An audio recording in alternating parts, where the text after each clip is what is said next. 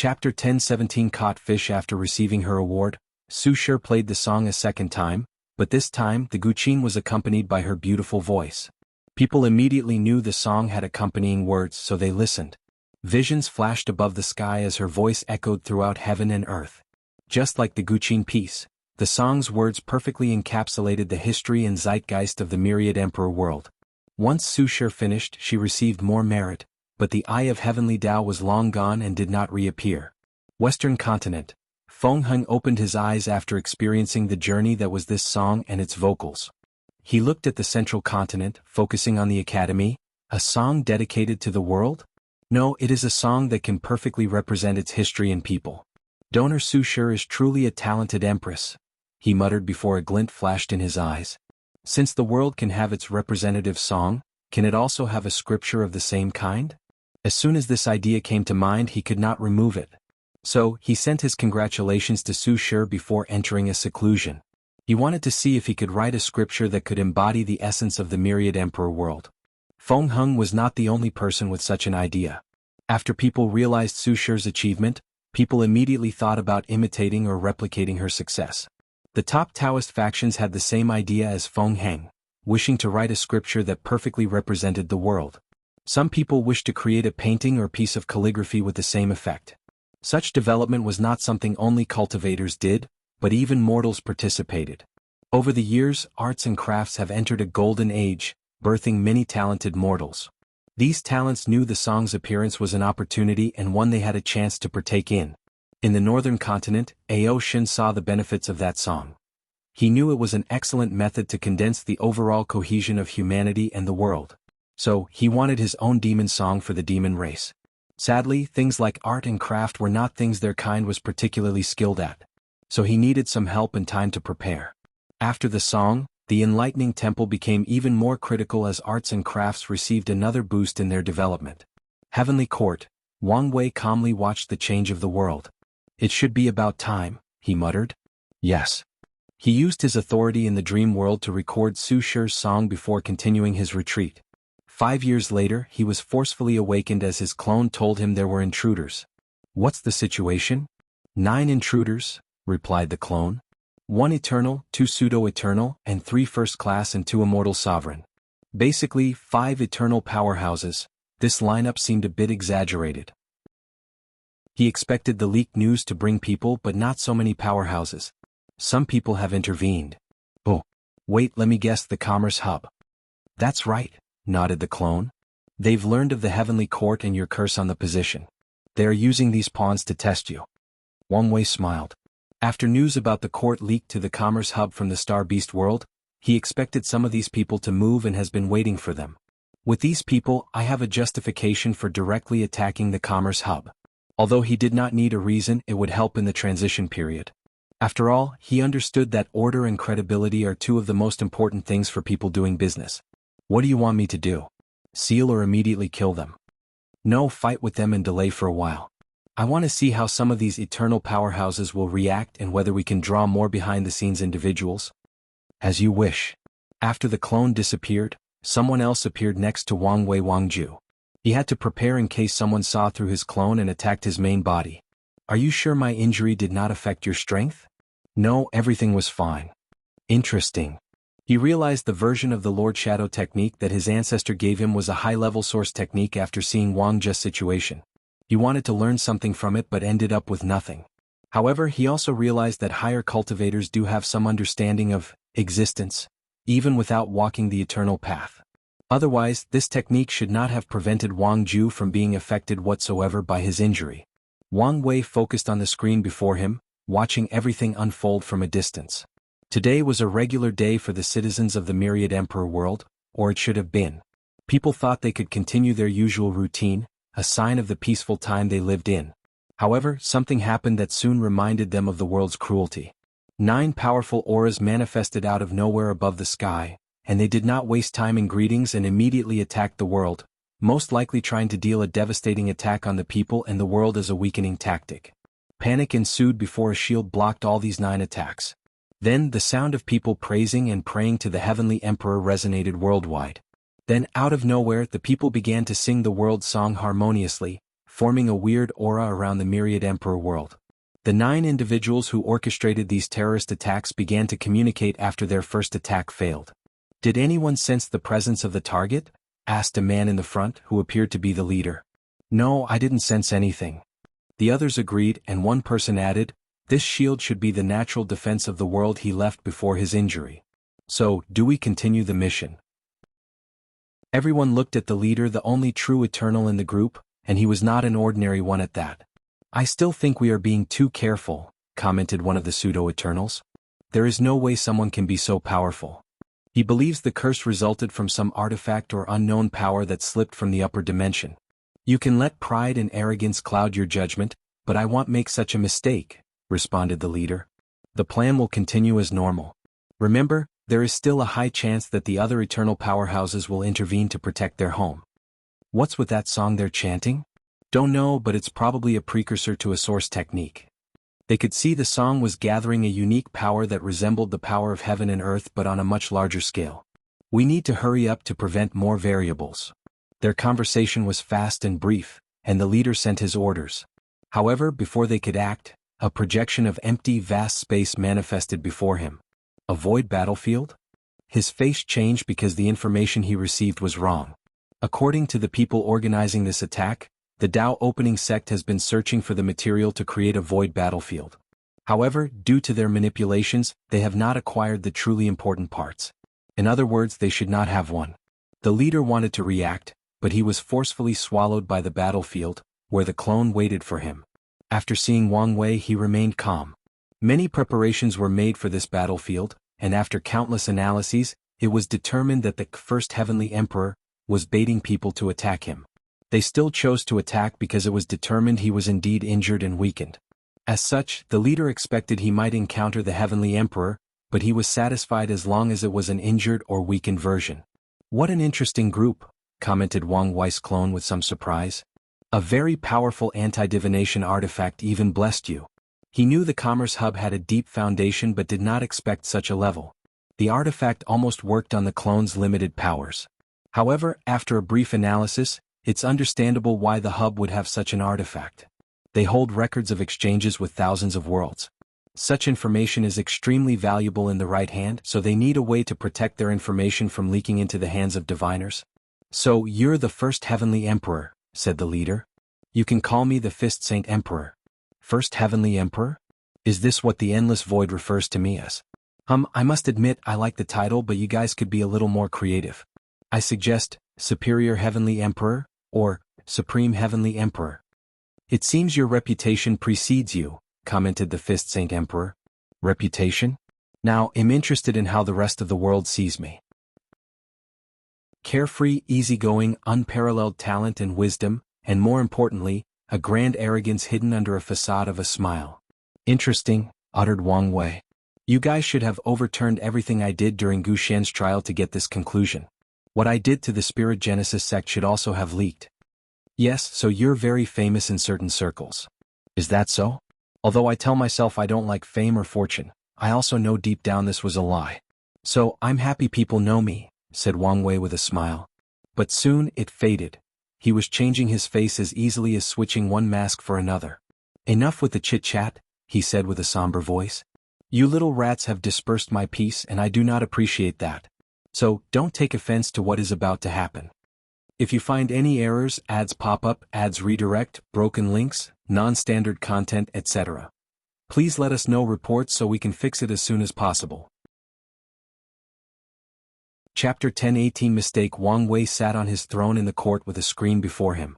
He saw the exchange between his clone and the Fist Saint Emperor. Soon the battle began and he paid attention. It was apparent this group came prepared as the other 8 formed a formation that blessed their strength to the Fist Saint Emperor. The result was the latter's strength almost reached 50% Grand Dao Source, making the clone sweat lightly. A few minutes after the battle, someone intervened. Wufeng Huang came flying in the void battlefield riding a phoenix. She did not hesitate to attack the group, and they responded appropriately. They did not break up the formation, but one of the Immortal sovereigns used a technique that created a projection with all his strength. Wufeng Huang frowned before confronting the projection. A few minutes after her, Su Shi also appeared on the battlefield, and she faced 2 projections, one from an immortal sovereign and the other from a pseudo-emperor. So only these two showed up, muttered Wang Wei. Well, it makes sense. They know the value of these people. Meanwhile, Feng Heng is using an extremely careful approach to expanding Buddhism. He probably wants to follow in my footsteps to reduce the risk. Ao Shin knows the foundation of the demon race cannot yet control an entire world, so he is focusing on his transition. I'm curious why the sword-casting villa and the sea race have not made a move. The sea race does dare show up after what they've done, said Wang Ju. A stupid act in my opinion. They should immediately come to help to show their loyalty. It would have been easier for them to plausibly deny their involvement. If they did that, I probably would have been more forgiven, nodded Wang Wei. What about the sword-casting villa? Why do you think they did not move? A careful and patient approach, said Wang Ju while remaining invisible. Like these people, they know you're baiting people but that you're also injured. Without your overwhelming power, they want to see how things play out. Plus, they probably do not want to risk the danger of their immortal sovereign. They've had such a trump card and hid it for so long, so understandably their approach is usually extreme caution, agreed Wang Wei. Someone is coming, Wang Ju suddenly said, and Wang Wei turned his head away from the screen. He watched a towering figure with red skin walk into the room. Primordial Desolate, what can I do for you? Asked Wang Wei calmly. My deduction was correct. The one fighting outside is a clone. Your real body is greatly injured and weak. And so this is my opportunity. I will say this once. Do not do something you'll regret.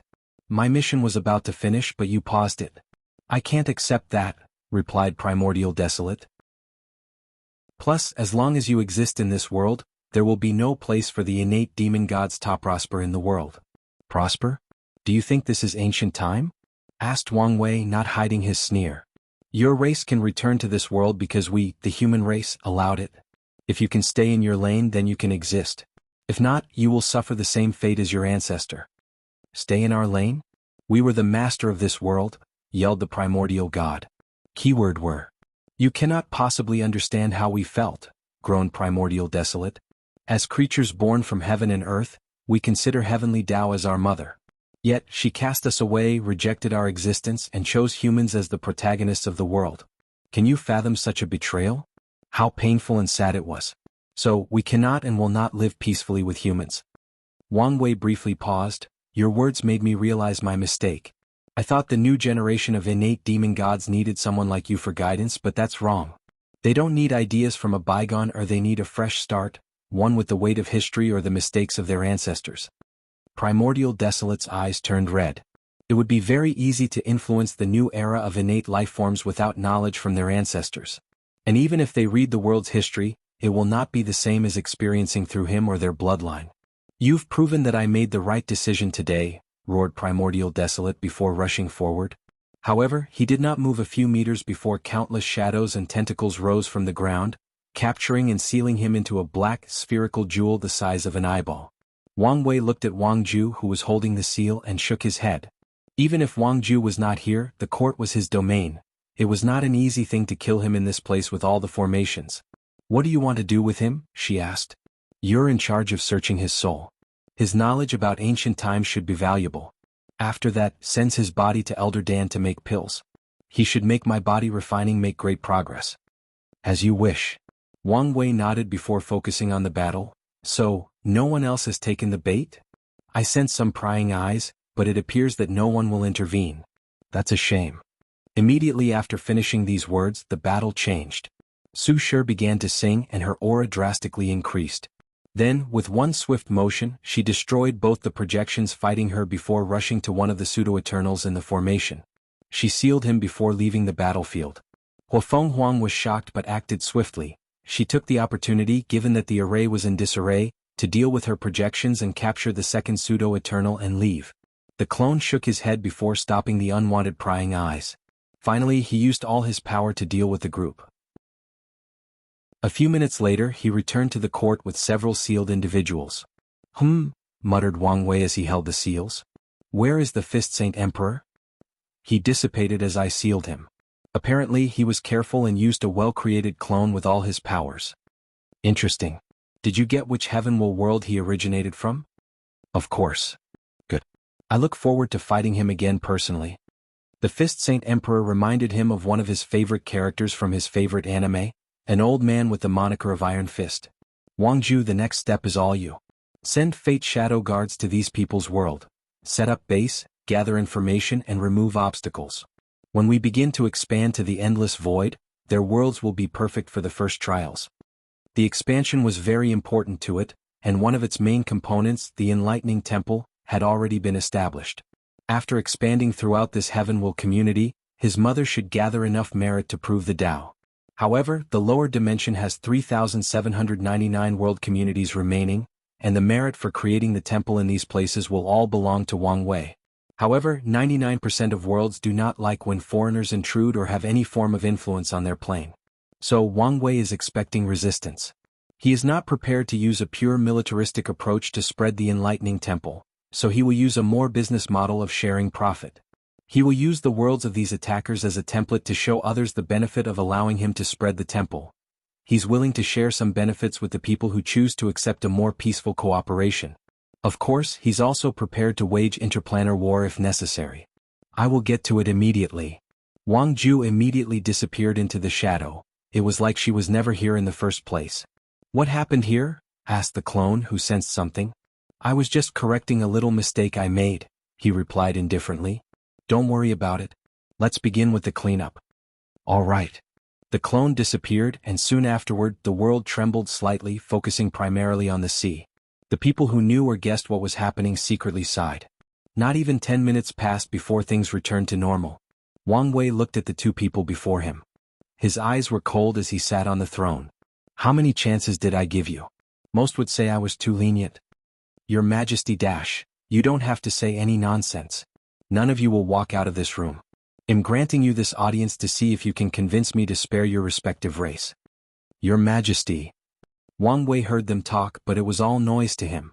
He has been very patient with the sea race, but for some reason, these people seem determined to walk toward the path of destruction. Okay, it seems there is nothing you can say to save your race. Do it.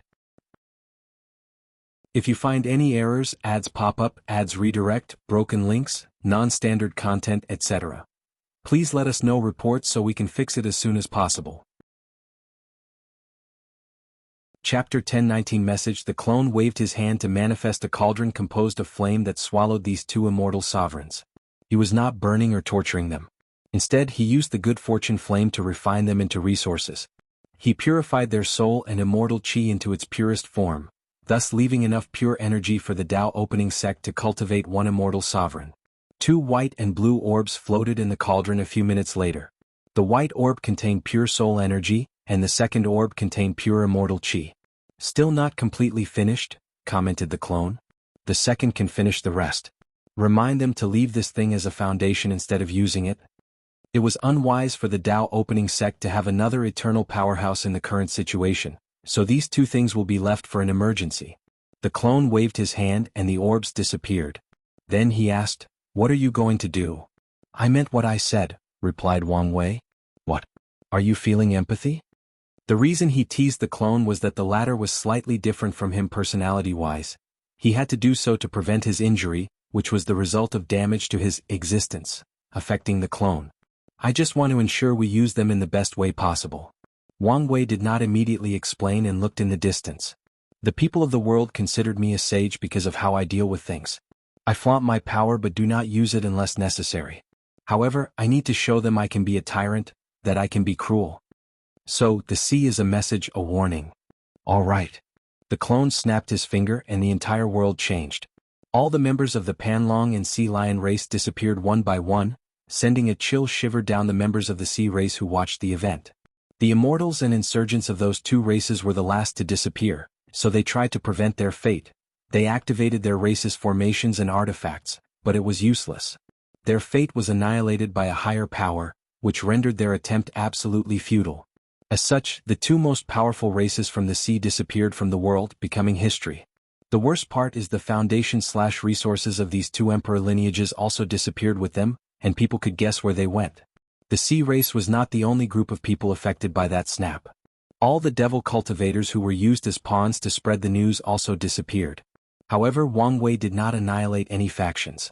The devil cultivators were already drastically weakened, so kicking a sick beast was unnecessary. A collective, silent and invisible sigh echoed worldwide as people watched what happened to the Panlong and Sea Lion race. They understood the message behind this cruel massacre. They understand the easygoing heavenly emperor who prefers to use diplomatic means for solutions can be cruel when needed. They understood the honor, glory and praise that comes with the title of sage, or wise ruler, could not bind the heavenly emperor morally. Of course, the people who truly knew Wang Wei had long understood this idea was only the wish of certain people. How could morality bind a man who pursues absolute freedom? It's done, said the clone, and Wang Wei nodded. Let's go wait for our visitors outside. As he walked outside, he saw the incense of the court had drastically increased. It seems that fear and the desire for protection is the best way to gather incense. As the people felt danger coming from the outside, they prayed to Wang Wei and the other conferred gods more piously. I hope you're not getting any ideas, said the clone. I know it's not a cost-effective or lasting business model to use fear to gather incense, he replied nonchalantly. Well, at least not in my own backyard. He continued walking as he visited some sites in the court. Every time he looked at the design, he praised his creativity and vision. He did not wait long as his first visitor arrived. Your Majesty, please leave a way out for the sea race. Wang Wei slowly turned around to see a man kneeling on the ground, face deep on the floor. He was from the Tengshi clan. I'm not bloodthirsty, hence why I only targeted the two people involved in this matter, said Wang Wei calmly. However, this representative did not get up. Please give us a chance. I believe in balance, so I did not remove your god positions, continued Wang Wei. However, you should understand the danger of not having an eternal powerhouse while possessing all these resources. I understand. Good. In that case you may leave, replied Wang Wei before continuing his affairs. The representative stood up and bowed politely before disappearing. After returning, he immediately gathered a meeting of the highest order in the sea race. For this meeting, they had one purpose: cultivate an immortal sovereign as soon as possible and at all costs. Star Beast World. Tong Ruobing was in seclusion before receiving a talisman. She frowned but knew her people would not contact her unless there were a great emergency. She used her divine sense to read it. Damn it! She cursed before immediately activating a talisman that teleported her to the Myriad Emperor world. She appeared in the City Lord room, where most of the sect's immortals, insurgents, and great elders were already waiting. Tong Ruobing released a terrifying aura that made everyone kneel on the ground. Are you people stupid? Her roar shook the heavens. Luckily, the room was sealed to prevent anything from leaving, including sound. City Lord, we apologize. It was already too late when we realized what had happened. Tong Ruobing clutched her hand so tight that it began to bleed. She could not help but lose control of her emotions after the stupid things these people had done. Even worse, her clone did not notice in time and stopped it. It's my fault. I should have left a better clone, she thought after calming down. She focused so much on the Star Beast world that she neglected her home. Who was responsible? The room was quiet after she asked the question. Luckily, someone saw Tong Ruobing was about to throw another tantrum and revealed the truth. 5 individuals were summoned, and Tong Ruobing looked at them without hiding her hatred and disdain. Even my own lineage, she commented, not hiding the sneer and disappointment in her voice.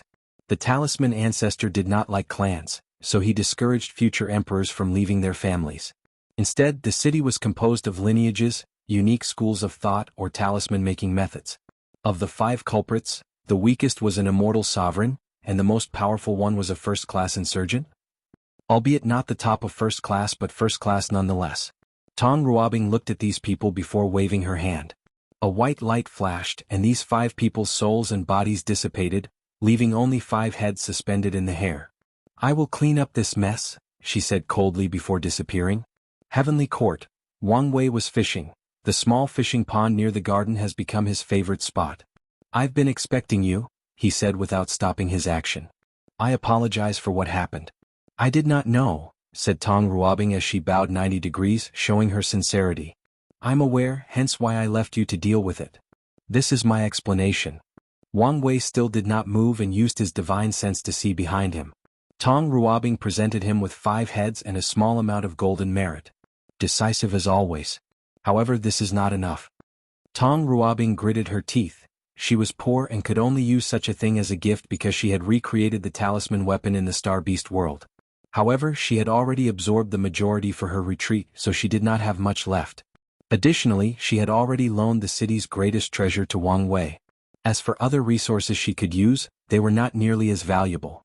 She wanted to craft a potent Emperor artifact. As such, she has already used many of the city's reserve Emperor tier ores and even disassembled foreign Emperor artifacts for their materials. She was not stupid enough to use resources from the Star Monarch Mountain. She had an unspoken agreement with Mu Lei that their resources were separate in certain aspects. Tong Rubing's mind flashed numerous ideas, thinking about how to deal with this situation. Finally, she thought of something. I will owe you a favor. In this world, nothing is more worthless and valuable than a promise. So she will use it. Wang Wei finally paused and turned around to look at her. Do you know what it means to owe me a favor? I do, and I still chose this way. Tong Ruobing knew it was one thing to get Wang Wei's forgiveness for the stupid actions of her people, but more importantly, she needed to re-establish the trust they previously formed after a turbulent relationship. Good, nodded Wang Wei. I know what I want for my favor. If you find any errors, ads pop up, ads redirect, broken links, non-standard content, etc., please let us know reports so we can fix it as soon as possible. Chapter 1020 Null Era Secrets. Have you heard of the Abyss Gap? Tong Ruobing immediately frowned. No, a little. It's one of the few forbidden lands of the Endless Void. She has read some of the Star Monarch Mountain records and saw the Abyss Gap information. However, no records revealed what secrets lay in that place. I need you to enter and get me some useful information, said Wang Wei, who waved his hand to send her a jade talisman. This talisman will grant you my pinnacle strength. Use it before entering and get me some valuable information about that gap. Tong Ruobing looked at the talisman. Can I have some time to prepare? Of course, but don't take too long. Tong Ruobing bowed before disappearing. She had a lot of work to do. First, she needed to cultivate a decent clone to prevent the same mistake from happening. This process took over a year, and once she finished, she returned to the Star Beast world. What happened?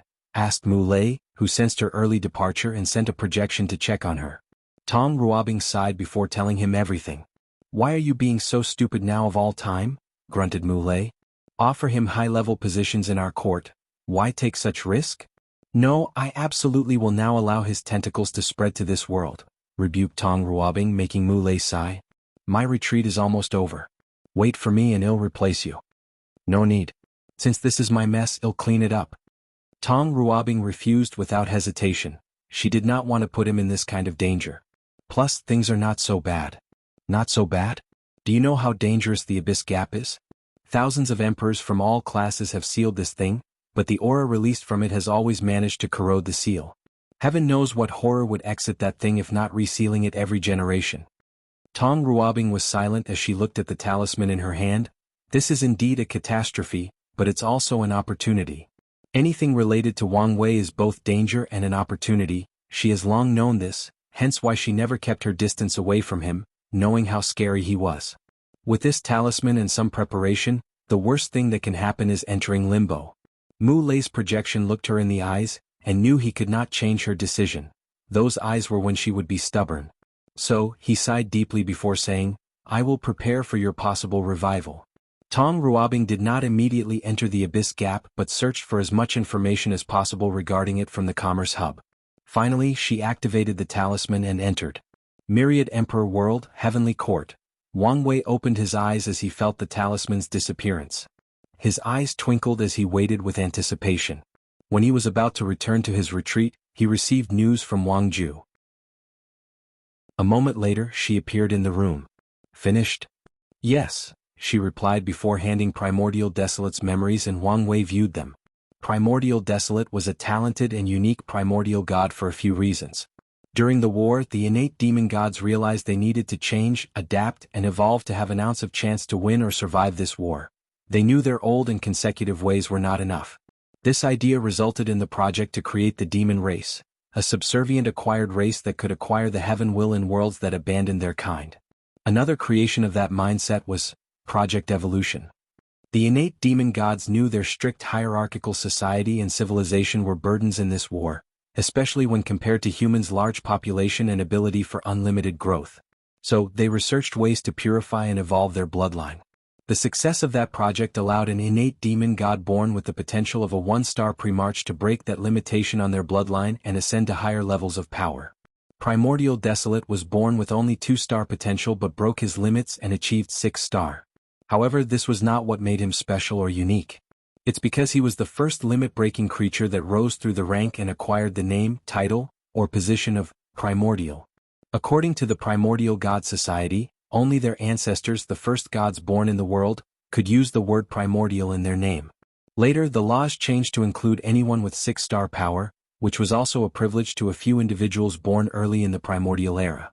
During the war, despite changing the rules and allowing anyone who achieved 6-star powers to get that title, discrimination and political restraint prevented many people from acquiring the title. For example, Primordial Desolate was not the first limit breaker individual to reach 6-star, but he was the first person to get the primordial name. From Primordial Desolate's memory, Wang Wei had a deeper insight into the innate demon god society and the brutality of the war. He also learned a few new secrets and confirmed things he had already suspected. The innate acquired war was not only something that happened in the lower dimension but a massive war that started in the Eternal Ascension world. Both sides in the lower dimension would receive aid or support from the upper dimension. Furthermore, Wang Wei knew why most great emperors and immortal powerhouses did not ascend, and it was not mainly because the environment supported their cultivation.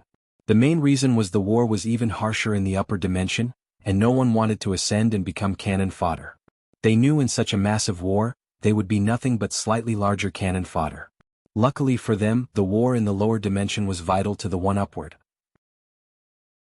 So, they received support in the form of resources, and once the 12 acquired Supreme used the powerful formation to deal the most significant blow to the opposite side, they won the war and blessed the upper dimension side with chi luck and destiny, which in turn helped them also achieve victory later down the line.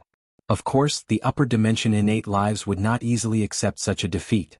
So, they organized a retreat for the remaining survivors while leaving some people to remain and find a way to recondense the luck of the innate demon gods. Primordial Desolate was not the only one. He was not even the only one from the Myriad Emperor world, but he was the only one remaining in this plane. Once their people left, the upper dimension retaliated. They attacked the history of the lower dimension, removing 99% of all records, thus forcing all cultivation civilizations to die out and have to start over. They also forced the surviving emperors to ascend, not giving them a chance to rebuild. As such, only a few worlds were lucky enough to retain some information from before the Null era. Wang Wei opened his eyes and exhaled. These memories were valuable as he learned a few secrets. He also understood why it was always fuzzy when navigating the river of time and seeing what had happened during the Null era. I also understand why not many great emperors from that era are still alive, he thought. After fighting and surviving that war, they were forced to ascend and participate in an even more terrible one. He knew how lucky someone must be to survive a war full of paragons, Tao rulers, immortal kings and heavenly primarchs. And if the war was indeed about acquired life against innate, fiend gods may have participated. After this experience, Wang Wei finally believed his ancestors, the heaven-opening emperor, words that he was not as bad as history portrayed him. And that's because the latter should have been a paragon by the time Qiyuan ascended. Qiyuan would never have had a chance if a paragon was after him, especially since he had no foundation in the upper dimension. You did a good job, said Wang Wei to Wang Ju. As long as I can help you. Wang Wei nodded. Is there anything else? I want to know your intentions with the Commerce Hub. Are you asking why I did not immediately attack them? Yes. It's not like you, nodded Wang Ju. Your words explained why I'm not doing it, replied Wang Wei. People know I don't like to face any loss, so it's obvious what my next step should be after the previous attack retaliate against it. Wang Wei smiled after he said these words. As a master of fate, he understood its manifestation is often very simple. A person's fate is the combination of their behavior patterns developed during their life. If someone knows someone well enough, they can predict the latter's fate by knowing how they will act or make decisions. Are you worried they will be prepared for an attack? Even if they were prepared, it would not make a difference, explained Wang Wei. My concern is they make it difficult for me to control the commerce. The hub was a business and using brute force to control was useless. Plus, Wang Wei was greedy and needed it perfectly intact when he controlled it. So, we are going to let them scot-free? If you find any errors, ads pop up, ads redirect, broken links, non-standard content, etc. Please let us know reports so we can fix it as soon as possible.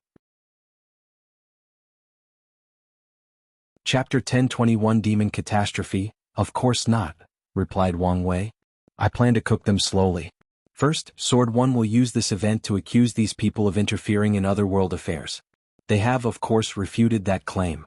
However, with her insistence and fear of my power, they have relented some power to us to calm down the situation. Now all I have to do is to slowly infiltrate their ranks and learn as much as possible while pretending I no longer hold a grudge. When they believe I have let things go, that's when I will strike and take control of everything in one fell swoop. I understand, nodded Wang Ju, who knew what to do next. She only needs to provide people to Sword One and aid her in infiltration. That's good. How is the Fate Shadow Guard developing? Very well. I have used your soul network ability to recruit members from all over the lower dimension, reported Wang Ju. It was easy to find talented individuals who were not detected by other factions or desperate people who would sell their souls for one reason or another. With such a large and easily recruited talent pool, I have expanded our spread to more than 300 Heavenwell communities. Oh, that's impressive. Did you have any trouble when infiltrating the Heavenwell worlds? We had a few encounters with worlds with keen eternal powerhouses, but our approach has always been to be quiet and steady. So no real trouble so far. That's good news. What happened to my chat group? After granting Wang Ju his soul network talent, he also ordered her to take control of the group. I recruited the assassin into the guard. The Mad King and wannabe god wanted independence and freedom, so I let them go after they paid their debt. The rest chose to become members of the Grey Hall. The Grey Hall is one of the Dao opening sect's best businesses in the Commerce Hub, focusing on hiring mercenaries and selling information. With the Soul Network and the Fate Shadow Guard, the Hall has quickly become one of the best in that field. If not for the secret restraint of other members of the Hub and its early age and lack of prestige, it would have dominated the field of information selling. With these two's personalities and ambitions, it made sense they chose that path, nodded Wang Wei. He did not know whether his path would meet again with these people, but he doubted it.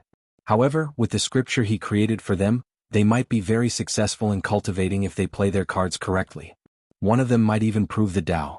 You can attend to your work now, said Wang Wei, and Wang Ju bowed before leaving. Another 10 years passed and nothing major had changed in the world. Arts and crafts were still rapidly developing in the mortal and cultivation worlds. However, no one has yet replicated Su Shi's success. Wang Wei had to wake up because the clone told him two of the major events he was waiting for were about to happen. Once he woke up, he checked his work. Nothing major had changed except for the sect telling him some of the pills he wanted refined from the material gathered in the Dao burial ground were about to finish. So he was happy about that. The dream world was proceeding smoothly, and his friends and family were either retreating or traveling the world to temper their minds. Without anything to do, he waited. Myriad Emperor World Community, an unknown Great Thousand World. Two demons waited before a formation for someone. One was in his human shape but with red eyes, while the other one was an enormous spider. They seemed nervous and excited as they waited. Can't you use your human form? Complained Crazy Eye. No, replied the spider. The chief said we should love and embrace our demon forms. He said although it's easier to cultivate in the human form, we should get comfortable in our own body. I'm just following his words. Crazy Eye grunted and wished to say the chief barely stayed in his demon form. However, he dared not say such a thing. The two soon became quiet and waited for more than half an hour before the formation flashed, and a woman in all black, including black rouge on her lips, walked out. Their hearts skipped a beat as they saw who came, the legendary black-winged eagle, known for her harsh and cruel punishment. The spider immediately turned into his human form to prevent offending her. You two are the ones who claim to have found a supreme bloodline? Yes, Sir Black Eagle, said Crazy Eye after seeing his companion's cowardice and lack of desire to talk. You should understand the consequences of lying about such a thing. Her words were plain and straightforward, without any hint of intimidation. However, they immediately felt chills running down their spine. We do. Good. Show me the good. The two swiftly led her to the nearby compound to a room that contained a young man tied and gagged. Why is he in such a bad state? Asked Black Eagle as she took out an artifact shaped like a lamp. The two looked at each other before Crazy Eye spoke again. He kept screaming, "Do you know who I am? And, you will regret this," so we had to beat him up a little to quiet him down. His identity? D. Her eyes bulged as the lamp glowed with intense purple gold. She had never seen such a powerful and potent bloodline in all her life. For a moment she was fascinated and wished to take it for herself. Luckily, she had great willpower and unwavering loyalty and quickly woke up. Without hesitation, she waved her hand to place the young man inside a secure dimension before turning around and looking at these two. You did a great job and the chief will reward you. For a moment, Black Eagle wanted to kill these two to silence them. However, thinking about how the chief has been advocating for change and not using crude and cruel ways to deal with things, she chose otherwise. Crazy Eye and the spider secretly sighed in relief. Before reporting this news, they also feared the possibility of silence. Luckily, the chief's attempt at changing their kind was successful. They knew from now on that their lives would be different once they received their rewards. Black Eagle did not want to waste time, so she used the formation to return to the Myriad Emperor world swiftly. She breathed in relief after seeing she was back home. Her first instinct was to run to the chief and report her finding, but she decided otherwise. She decided to report things usually and act as usual. Their task force is very secret since it could offend or alert unwanted individuals. Because of their secretive nature, they must act in specific ways to prevent their identity from leaking. Black Eagle knew rushing to the chief would signal to the people watching that something significant had happened in the north. Ao Shen's residence. He suddenly opened his eyes. What's going on? Why do I feel such palpitation? A sense of dread seemed to loom over him. He frowned before walking out of the room. He looked at the sky and his furrowed brow became deeper. Visible only to his eyes was the demon race's Chi Luck dragon, which he quickly spotted a profound black spot. A sign of catastrophe? What's going on? He immediately used one of his bloodlines to divine some information. Luckily for him, he soon found the source. Black Eagle? Ao Shen did not hesitate to summon her secretly. He went the extra mile to hide from any prying eyes. Tell me what happened? Chief, did you also sense that bloodline? What do you mean? Black Eagle was puzzled but did not hesitate to reveal the captured young man and explain what happened. The moment Ao Shen looked at the young man, he had an ugly expression. The origin of this chapter's debut can be traced to N0V3LB1. Chief. Is there something wrong? That's a direct descendant of the Wang clan. The color immediately drained from Black Eagle's face. She wanted to deny it but realized why this young man's bloodline was so powerful and noble. She immediately knelt on the ground and said, Chief, I swear I did not know. Ao Shen was doing everything possible to control his emotions. He was very careful in selecting people for his bloodline hunting task force. He placed Black Eagle in such a high position because of her meticulous and fair personality. Yet this still happens. Chief, you can offer my head to placate the Heavenly Emperor's fury. No need. Chief, this is no time for compassion. If my death can save the demon race, do not hesitate. She was only a quasi-emperor, so her death would not affect the race too much. Are you the chief or am I? Rebutted Ao Shen sternly. You can leave and I will deal with the situation myself. Your punishment will come once this ordeal is dealt with. He dismissed her before spending the next minutes thinking alone. After analyzing the situation, he immediately left for the court to see the Heavenly Emperor. If you find any errors, ads pop up, ads redirect, broken links, non-standard content, etc., please let us know reports so we can fix it as soon as possible. Chapter 10:22 Two major events. Wang Wei walked into the throne room where Ao Shen was waiting. His face was still pale but better than the last time they saw each other. Wang Wei slowly sat down. What happened to make you in such a hurry? My people did something egregious and I wanted to apologize, replied Ao Shen before cupping his hand and bowing deeply. Wang Wei looked in the distance and uttered, I see. Where is the kid? Ao Shen waved his hand, and the captured Wang clan members appeared in the middle of the room. The young man looked at Ao Shen with eyes that wished to spew fire before bowing to Wang Wei. Patriarch. What's your name? The little one is Wang Shirong. Shirong? Scholar of Honor? That's an excellent name. Thank you, Patriarch, for the compliment, replied Wang Shirong, trying to control his emotions. Every Wang clan member knew of the legendary tale and accomplishments of the Patriarch. There is even debate on who is a better Patriarch and Emperor, the ancestor, Qiyuan, or the current Heavenly Emperor. To Shirong, there is no debate that the Heavenly Emperor is better. However, people in the clan are so used to blindly worshipping the ancestor that this pointless conversation keeps going on. He knew how many bragging rights he would have after returning to the clan and telling these people he met the Patriarch, and the latter praised his name. How is your injury? Asked Wang Wei. Nothing serious. The scratches on his body had already healed, so there were no injuries, but he could not readily admit that. Why didn't you use the clan's name to save yourself? The Wang clan has started to send their members to different worlds as a form of training and tempering. These people won't receive a Tao protector and must rely on them. However, they are thought to use the clan's name and power in case of emergency.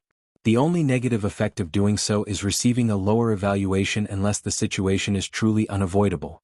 I wanted to, but these demons did not give me an opportunity, he replied with gritted teeth. Luckily you're all right, nodded Wang Wei before glancing at Ao Shin. You only need to compensate the kid and the situation will be resolved. The proud dragon's heart skipped a beat as he would not believe these words. He had analyzed how the Tao opening sect operated and knew they would not care if their clan member was killed or even captured by another genius. However, they would not accept an older and more powerful cultivation capturing their own, especially for their clan's bloodline. Given how potent and supreme their bloodline has become, such an act is probably taboo to them. The Heavenly Emperor might not care about such a small event, but what about after he leaves? What if the Wang clan holds a grudge? What if they use this event in the future to attack or intervene in the affairs of the demon race? With all these things to consider, Ao Shin knew he could not solve this issue without the utmost satisfaction level for all parties. A space ring appeared in his palm and he handed it to the kid. This space ring contained many rare resources to develop the bloodline. Consider it compensation for what my people did. Wang Shirong did not immediately take the ring despite his excitement. He instead looked at Wang Wei and only took it after the latter nodded. He then bowed politely before leaving the throne room. He was smart enough to know when to exit and not participate in these grown-up affairs. Wang Wei watched this young human fiend gods departing back and secretly praised how smart this kid was. Your Majesty, this is to thank you for making resolving this problem so swift and easy, continued Ao Shin as he held a scroll in his hands. It flew to Wang Wei on the throne and he read the title, Merit Transition Method. I accept your kindness, nodded Wang Wei. Ao Shin bowed before leaving the room and teleported back to the north. He headed directly to his cultivation room and immediately activated the formation. Boom, boom, boom. He punched the walls repeatedly while his dragon roar echoed and bounded between the halls. He was not stupid and had figured it out. Most of the top emperor lineages had contacted him about the merit transition method, except for the Tao opening sect. So what did that mean? They already knew this event would happen or even orchestrated it. The feeling of losing control of his fate and being manipulated by a puppet was more terrible than eating shit. A few minutes later he finally calmed down. He had long known he needed strength to be able to control his fate, and this event only accentuated this fact to him. He walked out of the room as if nothing had happened and looked at the demon race's Chi Luck dragon. The spot was no longer there and Ao Shin exhaled. This is not over, thought Ao Shin. He needed to take action and hide certain to prevent his bloodline hunting force from being discovered. He knew his visit to the court would raise eyebrows, and these people would begin to snoop to find out what had happened. He must ensure that the truth they will discover is that one of his people accidentally discovered a potent bloodline and wanted to dedicate it to him instead of the fact he had created a hunting team for that sole purpose. Lastly, he must also punish these 3 people for their dereliction of duty. Although he won't kill them for such a mistake, they won't live without punishment and demotion. Heavenly Court. Wang Wei was reading this technique, gaining deeper insight into the mechanism of heaven and earth. It would be more interesting if insurgents could transition to the Emperor path based on their strength, he thought. However, he knew such a thing was impossible because, in the classification of heavenly Tao, only the heaven and primordial path are on par with the Emperor path. It may not be completely impossible. Maybe in some other chaos worlds, the laws of the world allow for such a transition, continued Wang Wei. The chaos universe was vast and few things were absolutely impossible. How long do I have to wait? Don't know exactly. Even you can't divine it? I only know it's around this time and there is a chance for failure. I see. In that case, let's take a small break. I've stayed in this place for too long.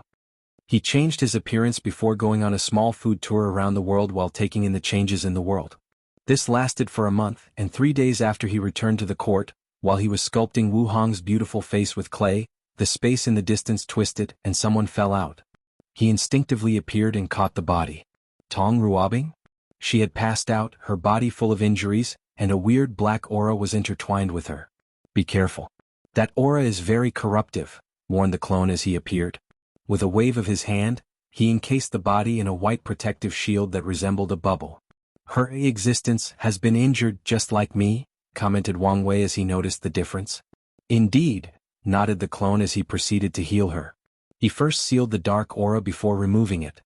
He felt an intense resistance and had no choice but to activate his full power before succeeding. Here.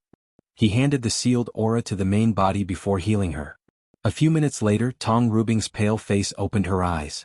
Where am I? She took a moment to notice her surroundings. So, I successfully escaped? Indeed, nodded Wang Wei. So what happened? Tong Ruobing opened her mouth before closing it, her brow furrowed deeply. What is it? My memory, it's fuzzy. You didn't see anything? No, I know I saw something. But it's like someone has altered my perception of the events. A look of horror flashed in her eyes. Who could do such a thing to an eternal emperor of her caliber?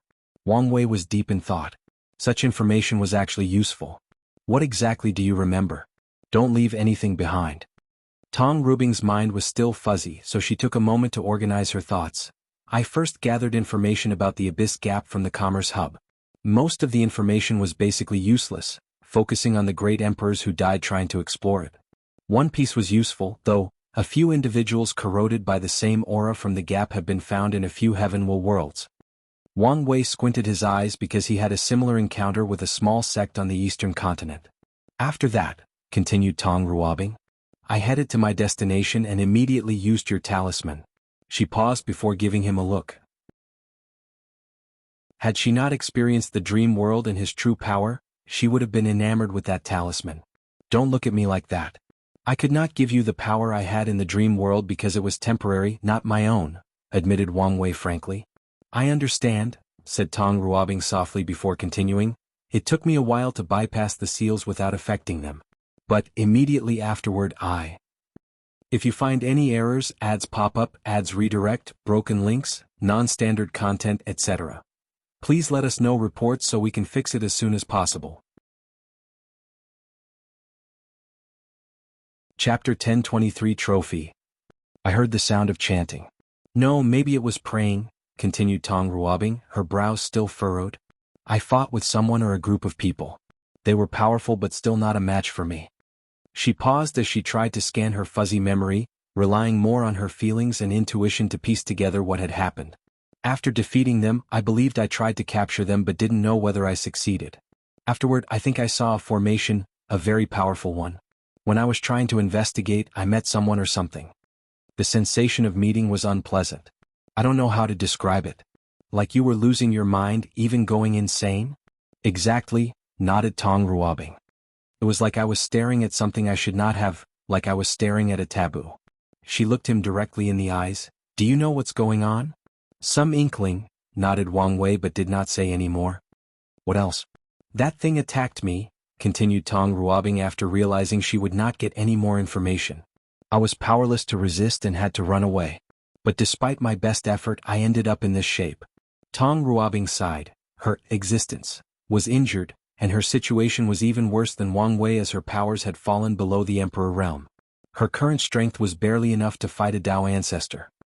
The fact you survived in such a terrible shape indicates the threat of the Abyss Gap is Empyrean tier, analyzed Wang Wei, who finally had proof there were other threats to him in the lower dimension besides Old Man Nether. It has not reached the Paragon tier. Otherwise you wouldn't have a chance to leave. Plus, true heavenly Dao will not tolerate any paragons from existing in the lower dimension. With this news he was satisfied with Tong Rubing's efforts. He has yet to decide whether he will only place a seal or utterly deal with the problem. But once he makes a decision he will be more prepared to deal with the problem of the Abyss Gap. So, are we good? Asked Tong Ruobing. Yes, nodded Wang Wei before raising his hand to summon a black and white seed. This is a unique yin-yang seed. Use it as a medium for dual cultivation with Mu Lei, and it will accelerate the rate at which your injury is healed. Such a thing exists? Tong Ruobing knew, existence injuries could not be cured easily. They usually require things like merit, world source, or a massive amount of chi luck to heal, and even then the process is extremely slow. I don't need to lie to you. This seed was the result of studying Madman Chu's inheritance. It's also why his injuries are healing so rapidly. Thank you, nodded Tong Ruobing as she carefully placed the seed away. Without hesitation, she activated a talisman that made her disappear with a swoosh. "You should know, it's fine," said Wang Wei, looking in the distance. He finished his clay sculpture before preserving it. Then he returned to his retreat. Beast Star World. Tong Rubing's pale and weak body appeared in a cultivation room, immediately grunting in pain. The teleportation process that was only slightly bumpy aggravated the situation of her body, albeit only the superfluous injuries. That's how weak she was. She had never felt this way before since she started cultivating. Even when she was severely wounded, the situation was different. Her current state was like she was suffering from a chronic illness and had been battling it for decades. Swish. Mu Lei appeared in the room. The origin of this chapter's debut can be traced to N0V3. "Are you all right?" He held her because he had a feeling she was on the verge of passing out. Since he knew her, Mu Lei had never seen her so weak and feeble. He led her to the cultivation cushion to rest. "I'm fine. You should have listened to me. As Dao companions, isn't it normal to share woes and tribulations?" Mu Lei felt the situation would not have been so terrible if he had gone instead. After all, he is a body refiner and more capable of surviving dangerous situations. At the very least, they should have gone together. "No, I'm glad I was stubborn. If you went, you might not return." Her husband might have had more vitality, but he did not have all the versatile means. So, if he went, even with Wang Wei's power, he might not have returned. Tong Ruobing did not remember exactly how she escaped that attack, but she knew her Dao was instrumental in the process. Mu Lei sighed. "Was it worth it?" "It was." "How was it worth it?" he barked, raising his voice slightly. "You're in such a terrible state."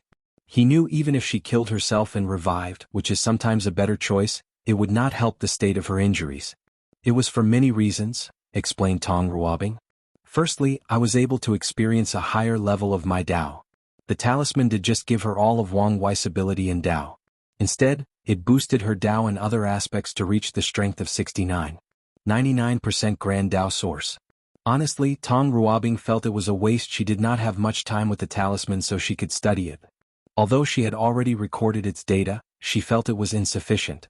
Secondly, I understand how vast the world is and how small I am. A cultivator's vision or how much they know about the world is crucial.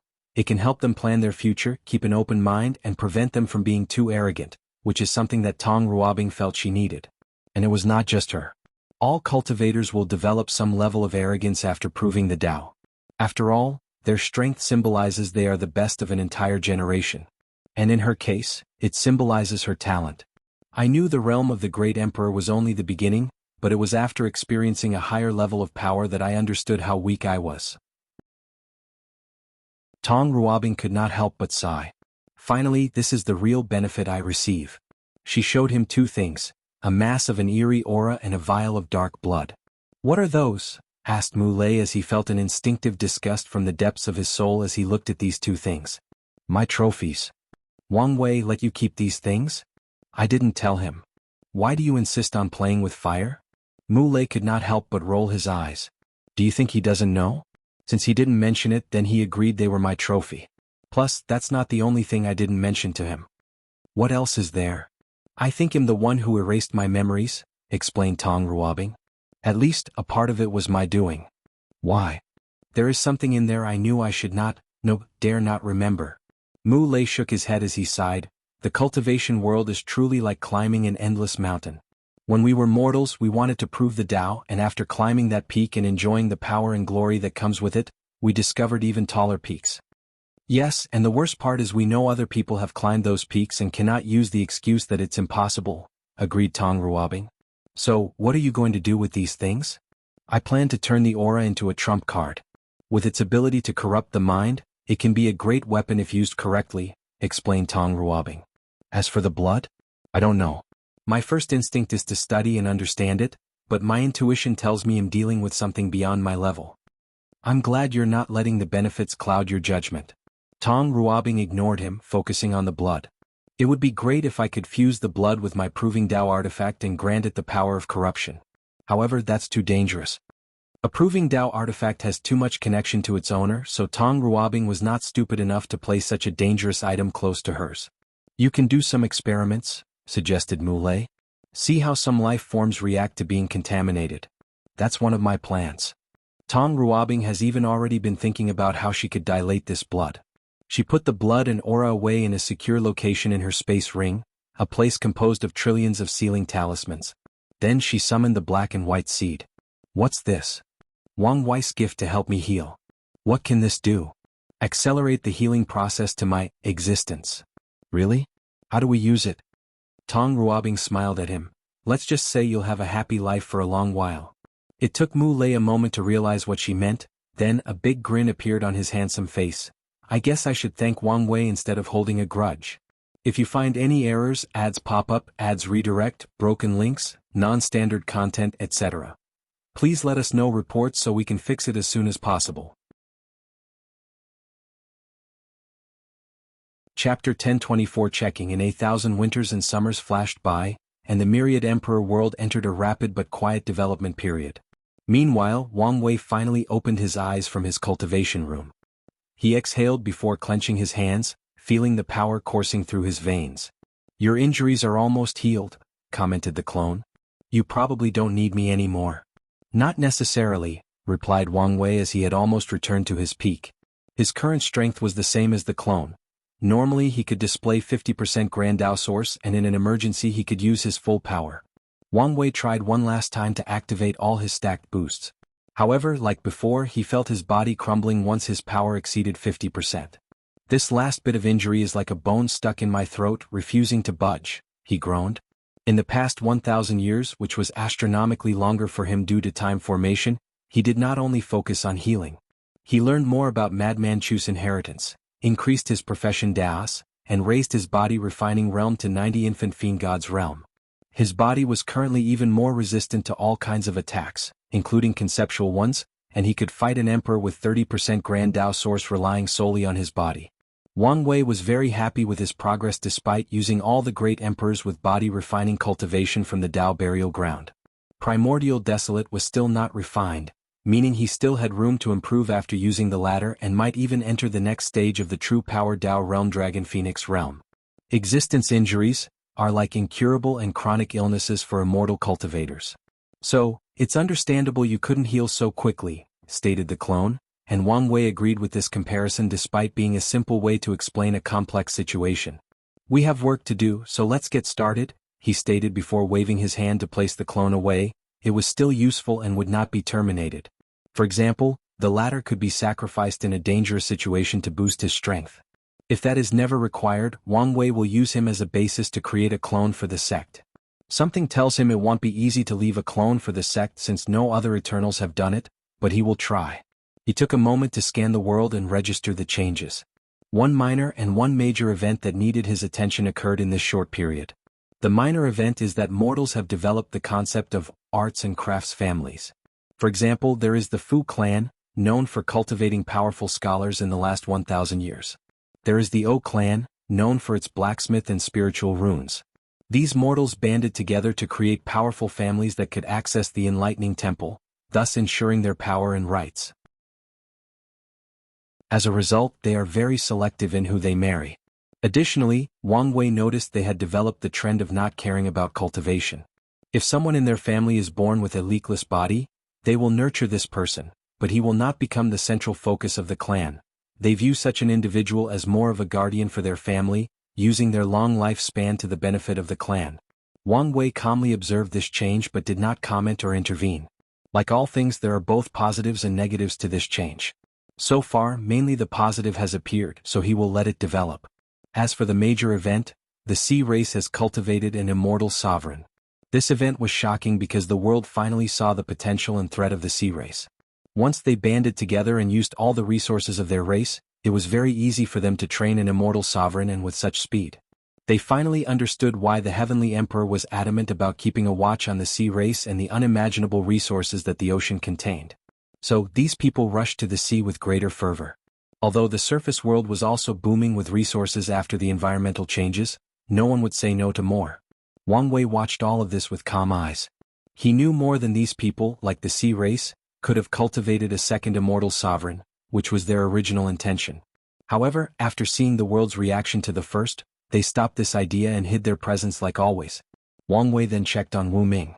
In the southern section of the court, he saw a legion of men and women with bodies full of tattoos or symbols. As they trained, the tattoos would glow, allowing some of them to release power behind their cultivation realm. Finally succeeded, huh? After consulting Tong Rubing's clone, aid from the Tao opening sect, and even Yen Liling's input, Wu Ming finally created the totem warrior path. These people were linked to a powerful emperor formation in the court and could borrow its power. Wang Wei nodded in approval at the final result. According to their agreement, this new profession would not be released to the public yet. He will give the Wu clan time to use this method to increase their strength and foundation. He sent Wu Ming a message through divine sense to praise him for his hard work before checking on his sect and family. His family's situation has not changed much. His grandfather was still training like a madman, preparing for his battle against Emperor Nine's sons. During the past year, the clone finally refined a unique Tao source seed for his father. The seed created an inner world that accelerated the growth of his human fiend god bloodline. His grandfather aims to reach more than 70 infant fiend god force and use his flesh to fight with Emperor Nine's sons. His father was still enjoying himself in the swordsmanship world, only sending a projection once in a while to see his mother. That bastard even forgot to check on him. His mother was cultivating hard, preparing for the expansion of the court and her eventual ascension to immortality. Yen Liling was still helping the sect to create a more universal immortal rune applicable to all professions. However, Li Jun had exited his retreat and was spending time with his pregnant concubine and unborn child. The smile on his face showed he was both excited and worried about the upcoming challenge of fatherhood. Wang Wei felt a little bad because Yen Liling and Li Jun cannot yet prove the Tao since they need to first gather Qi Luck and Destiny from the Dream World List competition, which is still far away. However, he has already prepared as he sealed and took away the 9 demon god world, ready to refine and sacrifice them to heavenly Tao for more heaven will. Wang Wei's gaze shifted to Tai Gang. The latter was also a Tao ancestor and insurgent of first class as the clone refined a unique grand Tao source seed for him. His inner world contained a specially crafted river of fate, and he could use its strings in accordance with his vibration grand Tao source. Using Wang Wei's quantum string theory, he was a force to reckon with. Unfortunately for him, the rules of heaven and earth make it difficult to rely only on the inner world to become an eternal tier insurgent. Plus, the sect does not need a new eternal powerhouse, thus limiting his potential. One good news from Tai Gang is his undead legion has become even more fierce and powerful. Wang Wei then checked on Dong Lifan and his master. She spent most of her time training in the dream world and preparing for her eventual invasion of a weak heavenward world. As for her master, she was still in the quasi-emperor world. Wang Wei did not plan to turn her into a Tao ancestor until the last moment before he left. He has a feeling his clone project might not work. As such, she will be his masterpiece. She will be the true guardian of the Tao opening sect, the one who will ensure they last an eternity in the lower dimension. The last person on his list was Miscellaneous One, who was almost buried with work. Luckily for him, the latter had Elder Dan to help him with the pills Wang Wei wanted. Sadly, his other projects did not have much progress. The Immortal Qi Gathering Array has not made much progress, but mainly because Miscellaneous One was a little obsessed with the sect's array. The project to perfectly fuse Wang Wei's fate-based array and the deception array into the other 9 was more complex than initially thought. Wang Wei looked at this but did not say anything. This challenge was helping Miscellaneous One increase his cultivation, so he did not stop the latter despite knowing the sect's formation was a long project that did not need to hurry. He teleported to above the sky and his voice spread throughout the world. All aspects of the world have considerably changed since the beginning of the era, except for one major part: our cultivation system. We need a new and improved system that reflects the current time, and today I will preach to the world to provide that last boost of change. If you find any errors, ads pop up, ads redirect, broken links, non-standard content, etc., please let us know reports so we can fix it as soon as possible. Chapter 1025 New Origin System. All spiritual practice begins with breathing, and just like what you eat determines your growth and potential, so does the qi that any cultivators breathe. Qi is the. Wang Wei began his explanation of the origin system from the first tier, body tempering. He explained the optimal method to absorb innate qi and create the best possible blood qi. Of course, his explanation only went as far as the 9th layer. He let the factions deduce the 10th to 12th layer based on their sect's foundation. As a result of his preaching, once he finished explaining this realm, the knowledgeable people could tell the new system was between 50% to 5 times better than the former ones. Furthermore, the increase in lifespan was twice that of the previous system. The Divine Sea realm did not change much and acted similarly to the first tier. He explained the best way to condense origin Qi. After this transformation, the energy used in this system could be called innate origin Qi because of its high quality. Lastly, besides the Lake of Origin, River of Origin, and Ocean of Origin, he added a fourth stage to the Divine Sea realm, the Heaven Origin Ocean. Cultivators can open a second Divine Sea in their middle dantian, storing even more energy. In this stage, their strength and lifespan also increased because of the nourishment of such a large quantity of Qi.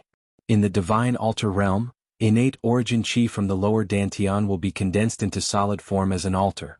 The body cannot bear two altars, so only one is condensed. However, it's possible to use a secret technique where a second altar is temporarily condensed and detonated in the midst of battles.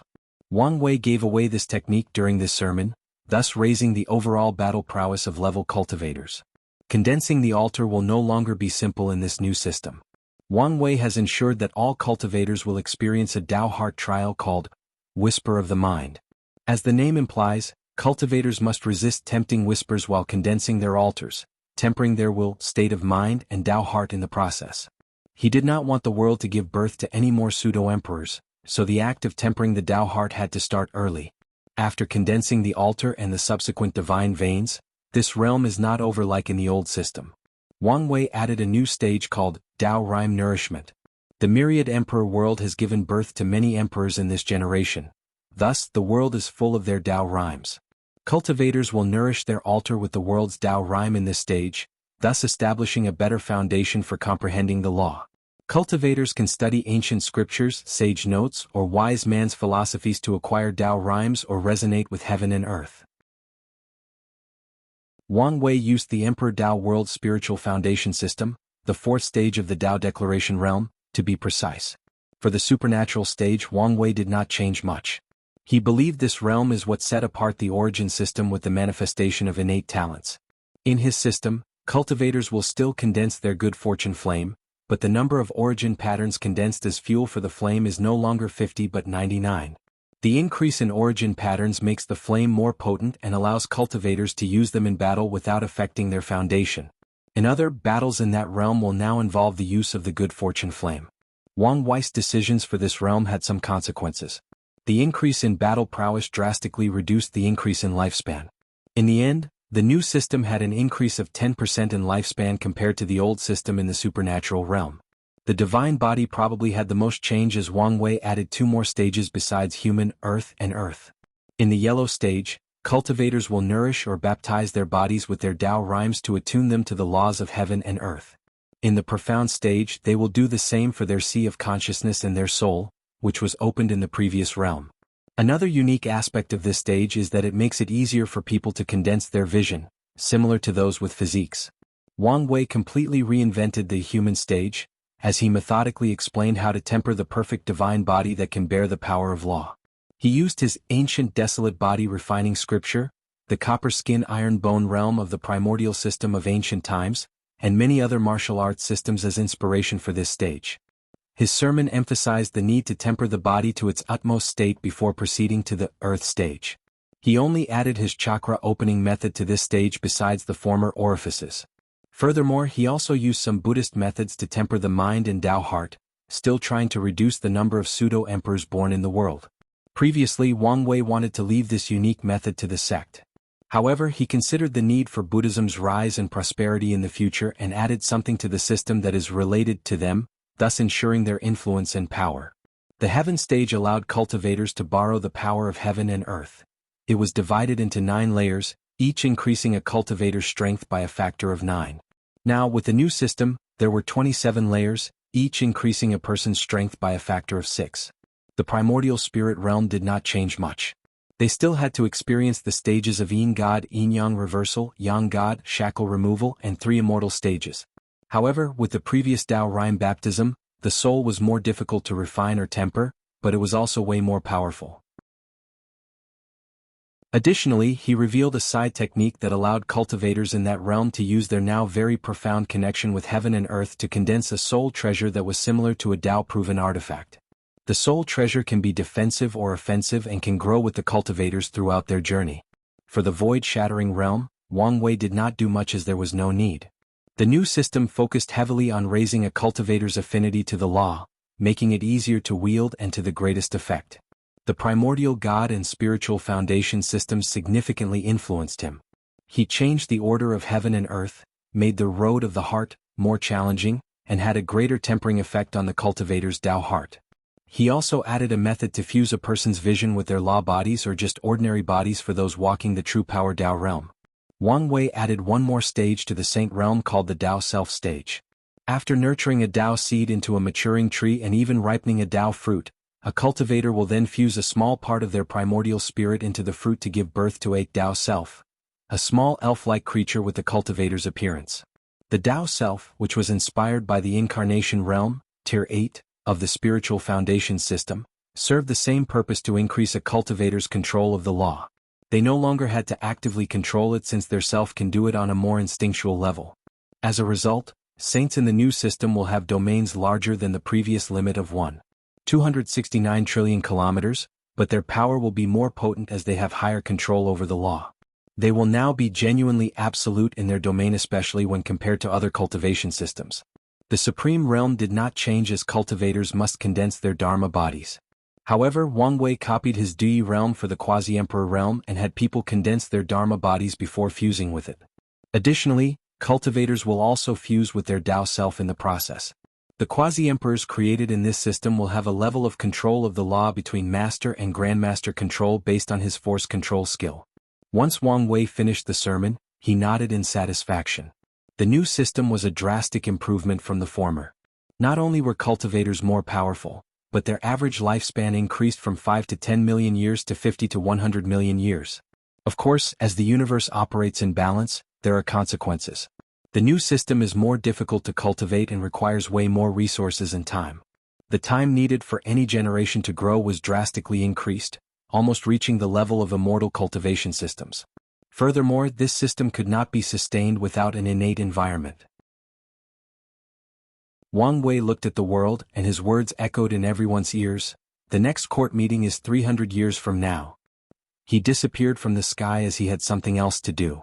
If you find any errors, ads pop up, ads redirect, broken links, non-standard content, etc., please let us know reports so we can fix it as soon as possible. Chapter 1026 Unparalleled Child Wang Wei appeared in a garden in Li Jun's Slaughter Mountain. He saw the latter embracing Su Ai while occasionally caressing her belly, which only had a slight curve. The atmosphere here between them was both infectious and nauseous, and Wang Wei felt an overwhelming sense of jealousy. Feelings of the past that he thought he had gotten over rushed into his mind.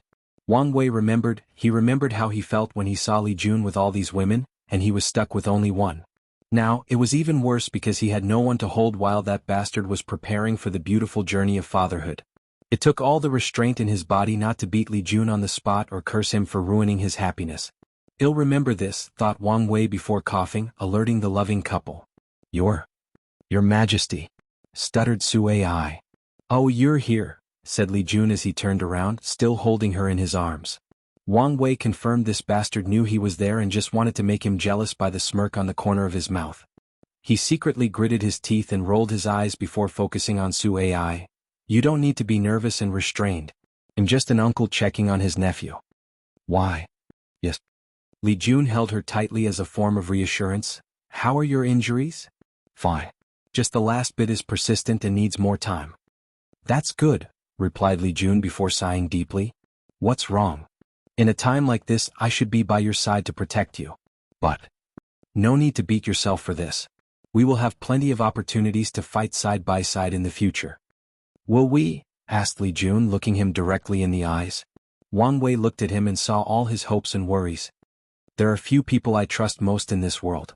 So, trust me when I say I will not have anyone else look at my back other than you, and I hope you will feel the same." "Of course I do." "Then that's all that matters."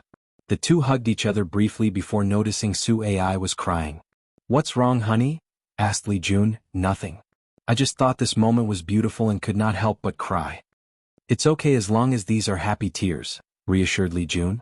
A few seconds later, he looked at his brother and asked, "What do you think about my child?" Wang Wei looked at Su Ai's belly, and his eyes soon glistened with a brilliant light. If raised correctly, he will be a monster with potential even greater than me. What makes you say that?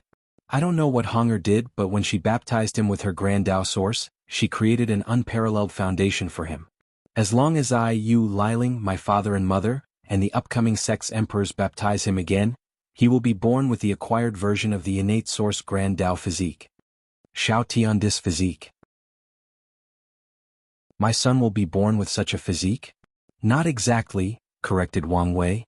His affinity with the law and the Tao will be so high that his comprehension will be on par with Xiao Tiendi, if not even higher. Li Jun looked at his concubine's belly and did not know what to say. And that's not to mention his human fiend god bloodline, continued Wang Wei. With all these baptisms from eternal level powerhouses, its purity will be unparalleled if he chooses to awaken it. He's probably the only one after me to cultivate an orthodox and proper Ten Supremacy foundation. My child will be so talented, muttered Li Jun in shock, and he was not the only one. Su Ai could not stop smiling after hearing this. Her position in the Li clan was not ideal as Li Jun began to focus more heavily on the main wife Liling, making the other concubines suffer to some extent. Luckily, she became pregnant with his first and only child. Now that she knew she was not only carrying a son but such a talented one, she knew her status in the clan was guaranteed. As soon as the smile appeared on Li Jun's face, it also disappeared. It may not be a good idea to be that talented. He knew that talent and potential did not equate to strength, and it was possible for someone to waste their talent just like Xiao Tiendi. Then there are other issues in raising such a talented child. With the expansion of the heavenly era, the sect will have no issue regarding resources to raise such a child, but Li Jun worries about the concern of balance. As talented as his son will be, heaven and earth will find ways to balance it by making his cultivation journey more bumpy than others. And if you add the balance mechanism against the sect, the situation might be aggravated. Secondly, for his child to turn that way, he must spend a very long time in the womb, waiting for Kai Song, Jin Mengyao, and Dong Lifan to prove the Tao. He knew of the sect's future mode of operation that would require skipping many generations of battle, thus further delaying when this child would be born. Thirdly, he has to consider how the birth of such a talented child will affect his relationship with Liling. Li Jun had a headache after thinking about this. Lastly, he was concerned for Su Ai. No ordinary woman or mortal bears the weight of destiny and karma of birthing such a talented individual. Will she be all right? Asked Li Jun. With the sex protection and a few precautions she will be, reassured Wang Wei. And you must remember that many things must go correctly for your child to be born with such potential. The future I saw is not set in stone. I understand, nodded Li Jun before walking Su Ai to the room to rest. Then he began drinking with Wang Wei. What's on your mind? Many things, replied Li Jun. Firstly, how do I raise this child so he won't waste his potential? You can use my method, replied Wang Wei nonchalantly, and Li Jun immediately knew what he meant. Sealed his son's talent and sent him to the lower realm and have him start from scratch, fighting for every inch of resources and struggling to ascend to each realm. Li Jun shook his head, feeling sorry for his future nephew. I still want my son to enjoy the benefits of being born in a powerful lineage. However, I can use your idea to temper his Tao heart. With a potent enough illusion formation, his son can live an entirely new life and temper his mind. You're too soft, sneered Wang Wei. He will only have children after becoming a true transcendent being, and so will Wu Hong probably. By then, their children will truly be unparalleled monsters regarding talent. They might even be born as transcendent creatures. But, regardless of whether that's true, his son will experience cultivation, and it will be the harshest. As for his daughter, he will dote on her like the princess she will be. Her torment will have to originate from her mother, not him. Anyway, as I always say, my job is to be the fun uncle. Li Jun rolled his eyes. What should I do for my children with Liling? Wang Wei did not know how to answer him. This child was so special because of whatever Wu Hong's clone did to establish his foundation, not just the baptism of so many powerful eternal emperors. Otherwise, it would be very easy to cultivate such a talented individual in the upper dimension full of so many Eternals, Empyreans, and Paragons. My advice for you is to wait like me until you've achieved transcendence. Li Jun smiled wryly. You think too highly of us. You just think too lowly of yourself, countered Wang Wei. If you don't even dare think you'll have such an achievement, then you're doomed never to have a chance. That's true, nodded Li Jun, still thinking about the question. He wanted to ask whether the other Wu Hong knew something but stopped himself from bringing up this sensitive subject. "Alright, let's go test your cultivation result," said Wang Wei, and Li Jun's mouth twitched. He knew he was about to pay retribution for his previous actions. As expected, he received a very painful beating during their fight. Luckily, he did receive genuine instructions and help. Wang Wei left satisfied. He set high goals for Li Jun. He wanted him to have great achievement in body refining and be like Di Tian, who cultivated a golden law tree with spots of purple. Li Jun needs to increase his lifespan, and with the combination of the future Buddha self, this objective can be achieved after years in seclusion inside a time formation. After leaving the sect, Wang Wei's next destination was one of the final forbidden lands of this world, the Swallowing Zone. If you find any errors, ads pop up, ads redirect, broken links, non-standard content, etc., please let us know reports so we can fix it as soon as possible.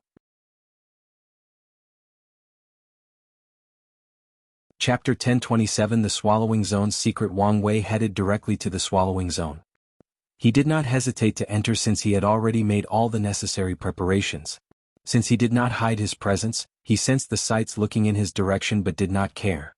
The people of the world have acquiesced to the fact it was his responsibility to deal with these forbidden lands, and thus, the rewards or benefits also belonged to him. As soon as he entered, he sensed the terrifying swallowing or devouring power that wanted to swallow his flesh, blood, soul, and even his grand Tao source. He looked around and saw a world of endless darkness with scattered light spots resembling faraway stars in the night sky. Wang Wei observed his surroundings and swiftly noticed two things. Firstly, the swallowing power in this place was so intense that a normal eternal emperor would have their senses affected. However, that was the extent of this place's power. Secondly, this place had many seals to prevent the devouring power from reaching the myriad emperor world. Based on his observation, some of these seals were ancient, probably dating back to the Null era if not before. He sensed something and headed in that direction. The closer he was to what he sensed, the more intense the power of devouring. However, by the time he reached the center, the devouring power was about 25 to 30% Grand Tao source, and Wang Wei knew why. Wang Wei detected a potent seal that would make him sweat even at his peak. In other words, this seal was enough to deal with him unless he used the illusory pill sutra. At the very center was a tree made of light, and it appeared to be growing an emaciated green apple. Wang Wei looked at it but did not immediately recognize it, so he directly divined the answer. However, he encountered some resistance. This thing's essence is higher than mine? He thought with shining eyes before activating all his powers. A vision of the river of fate manifested above him, along with the appearance of his 10 fate palaces. The Genesis fruit, he muttered. According to his calculations, this fruit was an Empyrean spirit herb that could morph into most resources of the same tier. Interesting ability, he thought, thinking how to use it. He could turn it into something that helps him open the gate of power. A second viable option would be to use it to wash away his karma. Wang Wei had noticed that his memories from primordial chaos after the events on Earth contained immense karma, hence why he has not directly removed his seal and accessed his memories. Instead, he chose to deal with the karma before proceeding slowly.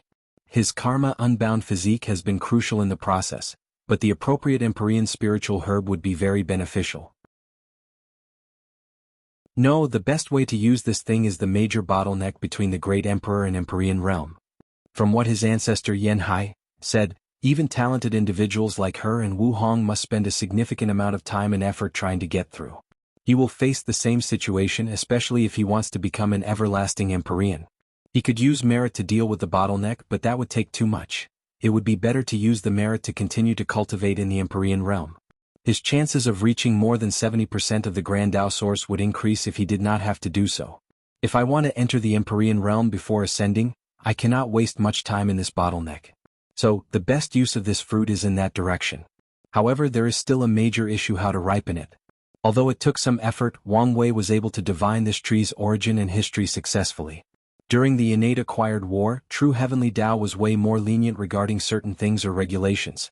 In other words, certain things that would never be tolerated today would be granted a pass during that period. Both the acquired and innate lives in the upper dimension took advantage of this opportunity and smuggled certain things into the lower dimension. Wang Wei even guessed this was how Old Man Nether had successfully sneaked into the lower dimension. The fruit was sent for one purpose: a terrible weapon of war. The lower dimension cannot cultivate such a powerful spiritual herb. As such, after being planted, It would swallow any world it was planted in to use as nutrients. And if not controlled properly, it would devour the entire lower dimension. The Myriad Emperor world was one of the 3 places of origin of the innate acquired war. So, the innate demon gods wanted it destroyed to demoralize the other side. Luckily, the human race learned of this news and thwarted this plan before sealing the fruit. Of course, as expected of humans, the tree brought problems to them. Many people wanted to eliminate such a dangerous thing immediately, while others believed they should use it instead. Although it was virtually impossible to cultivate the fruit to completion, taking an incomplete, imperfect, or unripened fruit would still significantly improve anyone. The discourse over this fruit reached the point that humans had to postpone making a decision. This was the best way to prevent possible division amongst the human or acquired lives. Then, most of the surviving great emperors and immortals were forcefully exiled to the upper dimension before they could decide. Years later, many emperors visited this place, including Qiyuan. However, after realizing it was impossible to ripen, he left his own seal and left this fortunate encounter for future generations. The human emperor came here and also left after placing his seal. Wang Wei guessed he might have a plan to get his hands on it later. Otherwise, dealing with the fruit was a great way to repay the karma he owed to the human race. In his divination, Wang Wei saw the Danyuan emperor come to this place and did not touch the fruit because of how rare such a spiritual herb was. Instead, he nourished it with his unique good fortune flame, making it slightly easier to cultivate than usual. The absolute beginning emperor and Wu Hong did not come here. They probably did not have the time. Emperor Kong also visited this place but only left a seal. Nothing more, nothing else. His mindset was probably similar to others. Seal it to prevent trouble and leave it this possible fortunate encounter for future capable people. Wang Wei was not too sure about this conclusion, as his analysis indicates Emperor Kong was the kind of person to remove this possible danger from the world. So, either the latter was too weak to do so or something else was at play. His divination was fuzzy on this area, most likely because it involved a living everlasting Empyrean. The last true eternal to come to this place was the heaven-devouring emperor, and this fruit is the source of his madness and why he wanted to swallow the world. His thinking was probably to sacrifice most of the world or most of its world source to the fruit and eat it unripe. Luckily he failed, but his actions did have some effects on the fruit. Of course, these Eternals were not the only ones who visited this place. Many pseudo-Eternals and a few immortal sovereigns also came and acted the same way, seal or try to use it for their own use. Wang Wei took a moment to plan how to cultivate this thing. He pointed his finger around to open a passage to the source chi space, releasing an immense amount of chi. Keeping these portals open took a lot of power, as the source chi space acted as a living entity and would actively close them.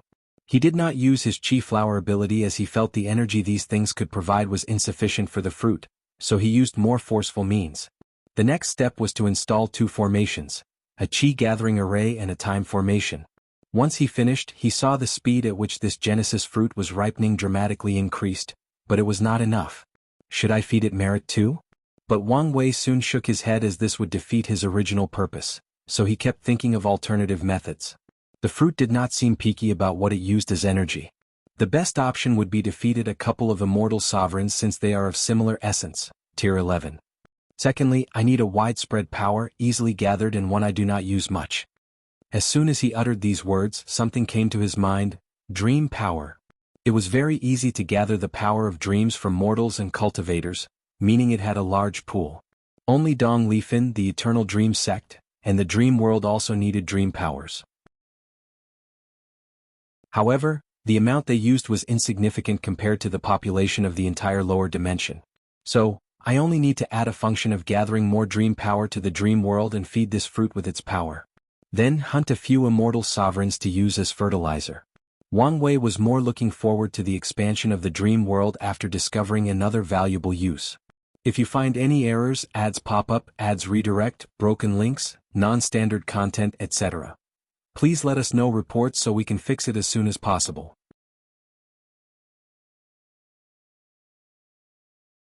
Chapter 1028 Mini Battle I. After establishing everything, Wang Wei returned to the heavenly court. Everybody in the world was focusing on the new system, especially the Supreme, Holy, and Law lands. They knew the next court meeting was significant and wanted to increase their strength quickly. Sadly, 300 years was not long enough to have much effect. Wang Wei did not care about how they felt. He was focused on the fact the expansion of the court and the dream world was slower than expected and needed to speed things up. He headed directly to the core of the dream world and called Dong Lifan, consulting her on how to amass the power of dreams from people. In the cultivation world, virtually anything can be a source of power or strength, and dreams are no exception.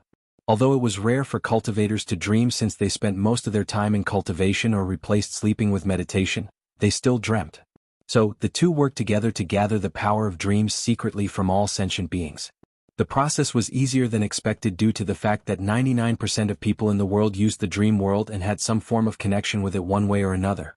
Once Wang Wei finished, he sent an invitation to a few people across the world and waited.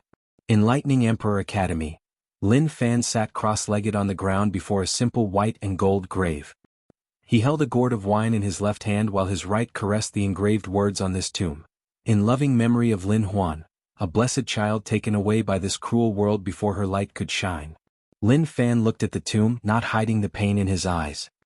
He rested his back on it while drinking, his mind filled with created memories of what his child would have been like, what gender it would have been, and what kind of activity they would have done together. He searched for this memory manipulation technique just for this occasion and even modified it when it was not potent enough. Usually he would use the dream world for such a thing, but he felt it was not intimate enough and chose this way. I know you would be here. Lin Fan paused after hearing the voice and slowly turned his head. Typically, he would be awed and fascinated by his wife's beauty.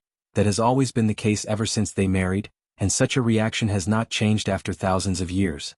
However, he was not in the mood today. You wouldn't bother during this time unless something happened. What is it? Asked Lin Fan, his voice slightly breaking if you listen closely. Su Shi did not immediately answer as she looked at the tomb. She has few regrets in her life and has managed to work out the others. However, what happened that day was one of the few she could never let go of. She blames herself for not only what happened to her husband but the fate of that child. She often tried to convince herself not to take all the blame, that Suya was simply cruel by nature or Heavenly Tao treated them like puppets. But no matter what, she could not forget or forgive. It did not help that it was almost impossible to revive the child. It died before its soul, body and world imprint was completed, and Suya used it as a sacrifice for a curse involving existence.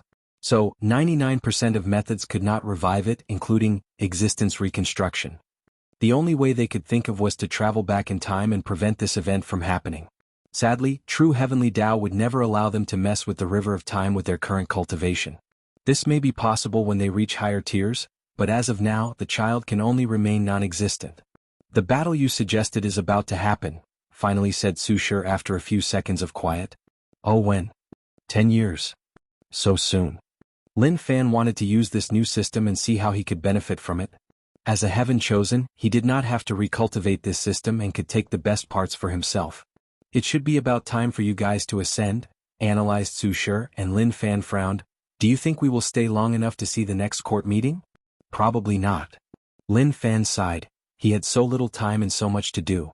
For a moment, he regretted his decision, thinking how he would be separated from his wife, family, and loved ones for a while after his ascension. He stood up from his position and faced the tomb. Lin Fan knelt as he placed incense before the tomb and took a moment of silence. Su Shi followed him and did the same. A few minutes later, the two disappeared. The world was in the midst of its rapid development when everyone received a notification from the dream world. A large event was about to occur in the battle tower as former Heaven Chosens were about to battle it in a tournament that anyone could watch. As soon as the news was released, 70% of the world's population stopped what they were doing and tuned in. Of the remaining 30%, a quarter of them were in deep retreat cultivating or refining pills so they could not participate. The remaining 2 quarters did not care for battles, and since this event would not drastically influence the world, at least not in this generation, they did not care to watch. Soon the battle began. Wang Wei chose a more tournament style instead of an all-out brawl. However, he did not place many restrictions on the battle so they could fight as they wished, including using large armies with a limited amount of troops. The 7 participating individuals publicly took papers out of a box that randomly assigned their first battle opponent. The final results for the first round were Yang Guowei vs Jingwu Hua, Yin Zhen vs Zhen Biu, Lin Fan vs Jian Wushuang. Xiao Songxi was lucky to be qualified for the second round without any fights. The rules of this tournament were odd. At first, this will be a 1-round knockout tournament, meaning only the victor of a match will proceed to the next round. However, after the winner of the tournament is decided, The remaining participants will have a chance to fight each other and use a point system to determine ranking. Besides the champion, every participant will have fought everyone else at least once. Then, the second and third place will have an opportunity to battle the champion for the first time or a rematch to reclaim the throne. The first match was soon broadcast and it was exciting. Yang Guowei demonstrated the versatility of his chromatic Dao. He used colors to their limit as he controlled anything that had a color to it. Yang Guowei used the symbolism, myths or legends associated with colors. In some ways, his Dao is a lesser form of creation Dao. Sadly, this did not change his fate of defeat. Jianghu Hua fought with an unparalleled vigor she had never displayed in her life. She was aggressive and passionate, which made her flame burn even brighter and with more destructive potency. Ultimately, she used the power of the Emperor Bone to its limit and beyond, winning the battle. As Wang Wei watched her winning smile, he could deduce some of this girl's psychology. She wanted to prove to herself and her father that her previous failures did not define her. With her newfound confidence and state of mind, she can prove the Tao and become an eternal, then help her father and the Golden Crow clan. The next battle was Yin Zhen versus Zhen Biu. This battle was also fierce and probably the people's favorite, primarily because of Zhen Biu. One of the 5 elements is the most common or widespread laws used in the cultivation world, and her pinnacle display of these laws was a crowd favorite as they learned much from her. Sadly, her opponent was Yin, a truly powerful body refiner. Before the match began, Wang Wei knew she would lose since Yin Zhen had already entered the infant fiend god force. Additionally, he seemed to have sublimated his zombie art as it was no longer too Yin focus. It was now more balanced. Of course, the battle was not easy for Yin General. Firstly, he was hiding his strength and did not go all out. Secondly, Zhen Biu successfully reverted the 5 elements into Yin Yang Dao, increasing the power and versatility of her battles. Wang Wei was very satisfied with this battle and praised both of them. Yin Zhen continued to show the world he was a genuinely talented individual on the body refining path. Meanwhile, Zhen Biu took another step in development after successfully having 2 distinctive personalities. However, he could also tell the threat of Emperor 5 Heart was still looming over her head, thus preventing her Dao Heart from being perfect. The final battle of the first round was Lin Fan against Jian Wushuang, which could be considered the main event. Many people focused on them, especially those who knew these two shared the same fate in their generation. If you find any errors, ads pop up, ads redirect, broken links, non-standard content, etc., please let us know reports so we can fix it as soon as possible.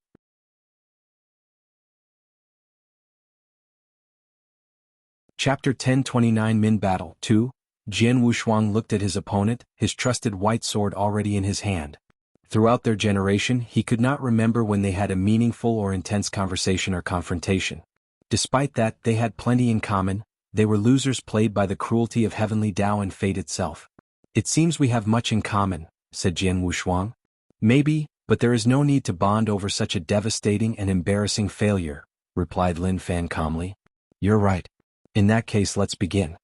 He rushed forward, going on the offensive. Heavenly Court. Wang Wei was watching this battle through the dream world like everybody else. When Lin Fan used his first technique, he squinted his eyes. His main Dao is time? No, it's a combination of Dao like mine. He combined time and lesser chaos, so time at the beginning of the universe? Interesting.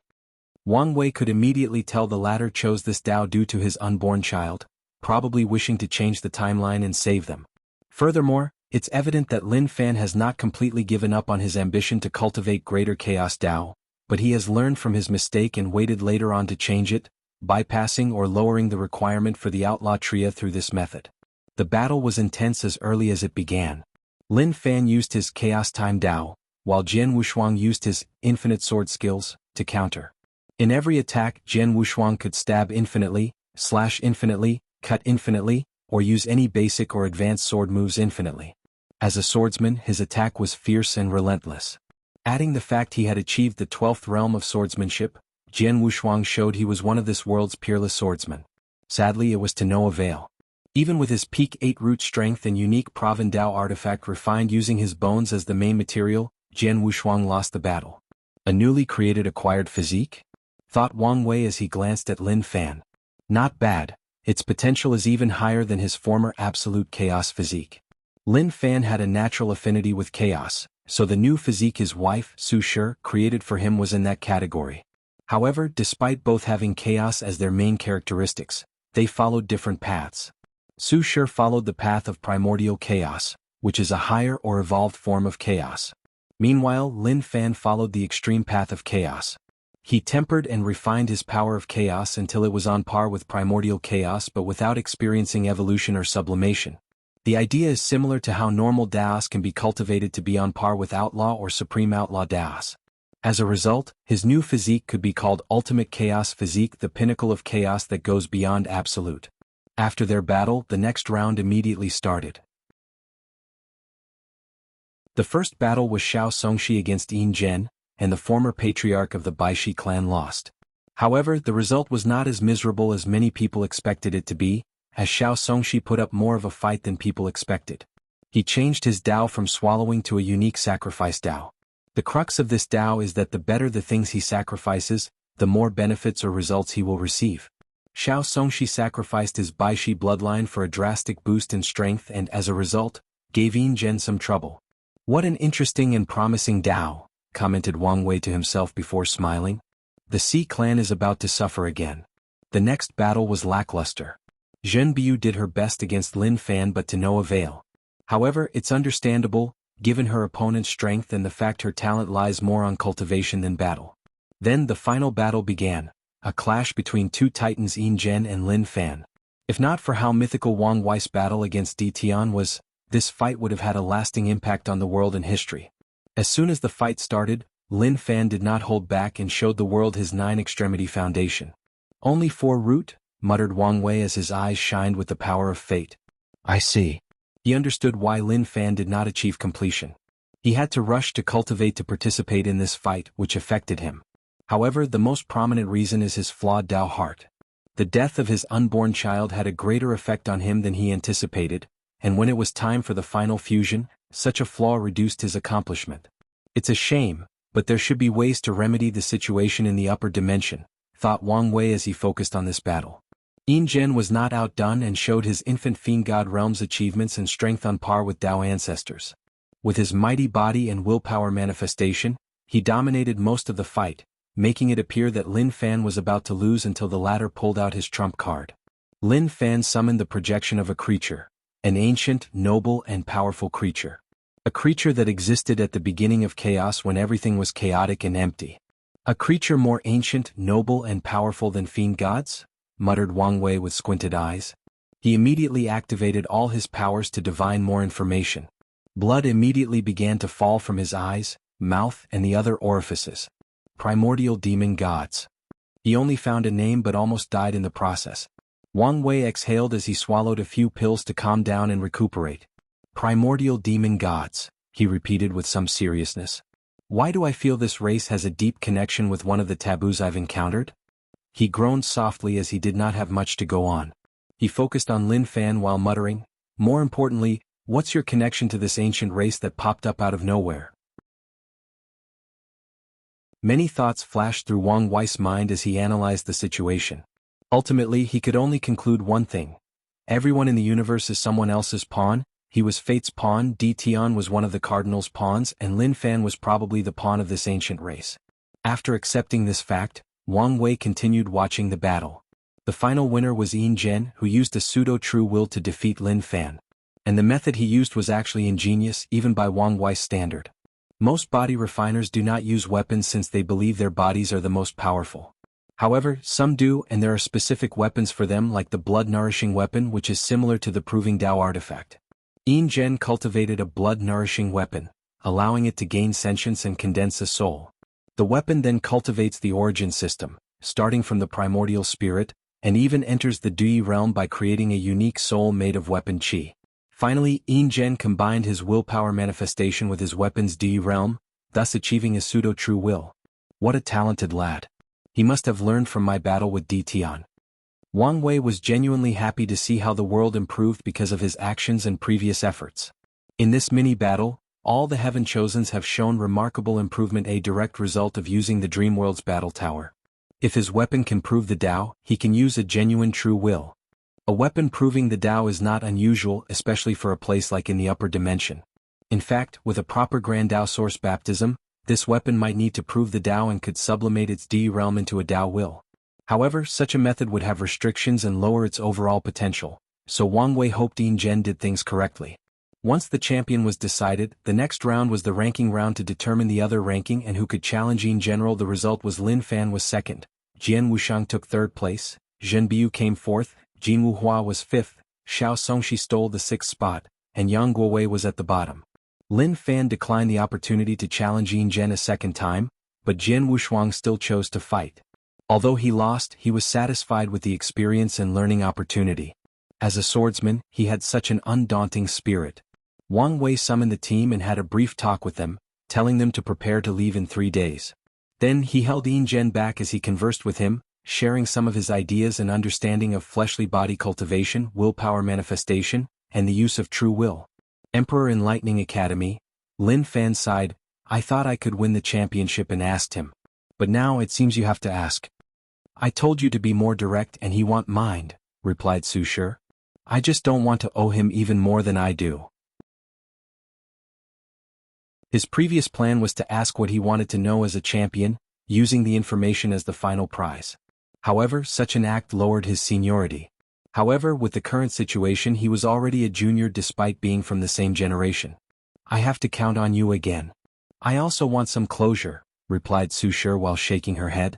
Without wasting time she rushed to the court. And, I wanted to write the Jian Wushuang vs Lin Fan's match, but after staring at a blank screen for a few hours I gave up. However, I do want to write a proper high-tier match for him, so it's probably going to be later in the story and most likely against Wang Tian.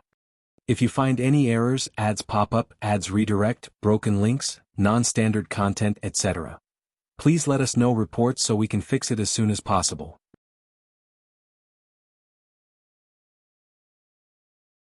Chapter 1030 Hope, to what do I owe this visit? Asked Wang Wei, who was fishing but not in his small pond next to the garden. Instead, he was in a desolate star in his starry sky universe, and his fishing line had traveled millions of light years away, hooking a strange life form that could survive in the void. Please, don't tell me you came to complain because your husband did not win the competition, he teased. Is this how you see me in your mind? Asked Su Shi, almost rolling her eyes. She sat next to him and also began to fish. She was daring as she immediately went after the same fish. Love is a powerful thing. I know that's what I would do if I were you, said Wang Wei with a smirk. Their competition lasted for a few minutes before Wang Wei cheated without any remorse or shame. It's not like you to be this hesitant, he said. I just don't want to be disappointed by the answer, she replied. Would you feel better if you never know? No, false hope is even worse than the truth, replied Su Shi before sighing. Okay, tell me. You haven't asked anything, so how do I know what you want to know? Su Shi did not stop herself from rolling her eyes. You know I want to know about the unborn child. Is there a way to save them? Is it possible to revive him? Depends, replied Wang Wei. Can he accept this child if he recreated it with Creation Dao? We had this conversation and he was not willing. One of their plans was for Lin Fan to cultivate Good Fortune Dao before transitioning into Creation Dao as a means to revive the child. However, after many years of contemplating and talking to Xian, they concluded this was not what they wanted. Wang Wei thought for a moment and said, the world as we know it is more complex than what we see. Every major decision we make creates an alternate universe or timeline where our lives are entirely different based on that choice, the infinite trichiliocosm. Su Shi's eyes shone brilliantly as many things finally clicked in her mind. A few of her questions regarding the river of time were just answered, and that opened her mind to a new level of understanding of the universe. The concept of alternative timeline was not new to her as she had battled techniques to create them, but they were temporary. She never knew the world actually contained an infinite number of them. So, is there a timeline where the child was born and is healthy? She asked. Not just one of them. Su Shi's beautiful brow furrowed. What about our timeline? Is it not possible to change the past? Our timeline is special and is heavily protected by Grand Tao itself and other powers, explained Wang Wei. So, even after you become a paragon, which was the pinnacle of the cultivation world, the best you could do was take another version of the child from another timeline and bring it here. Wang Wei has only known one person or group of individuals who has changed the timeline, and that's his ancestor Qiyuan. However, to this day he did not know how the latter did it and what price he paid. So he did not tell her about that. What realm is Paragon? Asked Su Shi. She knew about Empyreans but not Paragons. It's the one after Empyreans. Is Paragon the end of cultivation? Are there no other realms after that? Continued Su Shi, and Wang Wei gave her a look. The path of cultivation is technically endless. Su Shi immediately understood the implications behind these words, and she felt more hopeful. She swiftly controlled her emotions and asked for more information. What realm has your ancestor reached? She asked. They are paragons. Her happiness and hope were immediately gone. She did not think she was any less talented or dedicated than these people. Yet after so long they are still paragons. This fact may not indicate their ability but the difficulty of the path afterward. You don't have to worry since we live in a great era, reassured Wang Wei after feeling her slightly agitated emotions. What do you mean? Our ancestors have opened a new way forward for us, albeit they paid a heavy price. Now, as long as we care for the pests in the upper dimension and they can return, the path forward will no longer be unknown or muddy. I understand and thank you. Wang Wei waved his hand to indicate it was nothing, and Su Shi soon left to tell Lin Fan this news. So, we need to go beyond the Paragon realm? He murmured, not even considering the first option. He wanted his child and nothing else. Yes. Although this path will not be easy, it's still hope. I am happy as long as there is a way, replied Lin Fan. Now that he has a direction or goal, that's all that matters. As for how difficult it was to reach that realm, he would do whatever was necessary as long as he knew it was possible. Do you think what he said about these people preventing the ancestors from returning to the world to be true? Asked Lin Fan. He was not stupid and guessed Wang Wei was using this opportunity to turn them into pawns or advance parties for his war against these people. His words might have some logic behind them, said Su Shi. What makes you say that? We don't know much about the upper dimension, but we do know how scary such a place would be with all these powerhouses. Now, how did 709 individuals take absolute control? Yes, if the ancestors disappeared, it could explain their rise in power, concluded Lin Fan. The situation might be more complicated than we thought? You mean the two sons? Wang Wei gave them a brief summary of the situation and promised to give them more detailed information after their return. Yes. The way he spoke about them was different from others. I remember his tone was both disdainful and wary. Do you think these two are people who have gone beyond the Paragon realm? The crux of this rebellion is them? Su Shi's silence told Lin Fan what she thought. In that case, the situation will be more complicated than we thought, he groaned. You need to be careful, said Su Shi. And if something happens, contact me and I will ascend. Don't worry, I will be fine. He was determined never to ask her for help. If the situation is as they analyzed, she will be way safer in the lower dimension until Wang Wei ascends. By then, her strength should have drastically increased, thus also improving her chances of survival. Su Shi could tell what he was thinking and could only sigh to herself. They only had 3 days to themselves and must make the best of the situation. 3 days later, Heavenly Court. Wang Wei looked at the Immortal Venerable before him. I have explained everything. Do you have any questions? No, Patriarch. I won't fail in this mission, replied Wang Qi. Remember, keep a low profile and only do what you're instructed to. I will. Wang Wei and Wang Qi walked out of the room where everybody else was waiting. Are you ready? Asked Wang Wei and they nodded. Wang Qi put everything inside a special space ring made from the power of the Dao burial ground. He also surrounded himself with that treasure's power as he disappeared from the court. Once he opened his eyes, he was in an unknown location. He immediately checked around. No vision, so this space ring worked, he muttered. He exhaled deeply, immediately feeling lighter. No, he felt better than he had ever in his life. It was like he was always carrying a heavy burden that was suddenly lifted. He had had problems with his visions for so long and had acquired brand new glasses. What kind of energy was in this environment? It's so intoxicating. Wang Qi took a breath to control himself and not get lost in the comfort of this world. He did as he was instructed to gather as much information from the nearest populated place before heading to the designated location.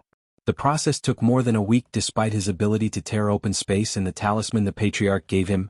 That's how vast this world was. Of course, his situation was unique as he was instructed not to use any official transmission array from any city. At his destination, Wang Qi left a communication mark before staying in a hotel. The next day when he opened his eyes, he discovered he was in an unknown location and was immediately worried. He did not sense or detect when these people took him away from his inn, which greatly scared him. Luckily, they soon proved their identity through the secret codes and marks the Patriot gave him, so he handed these heaven-chosen Pei Lang held a piece of paper with information on it while Old Ma was on the screen opposite him. When that kid said he was sending us talented individuals, I did not expect they were on that level, said the old man with a wide grin.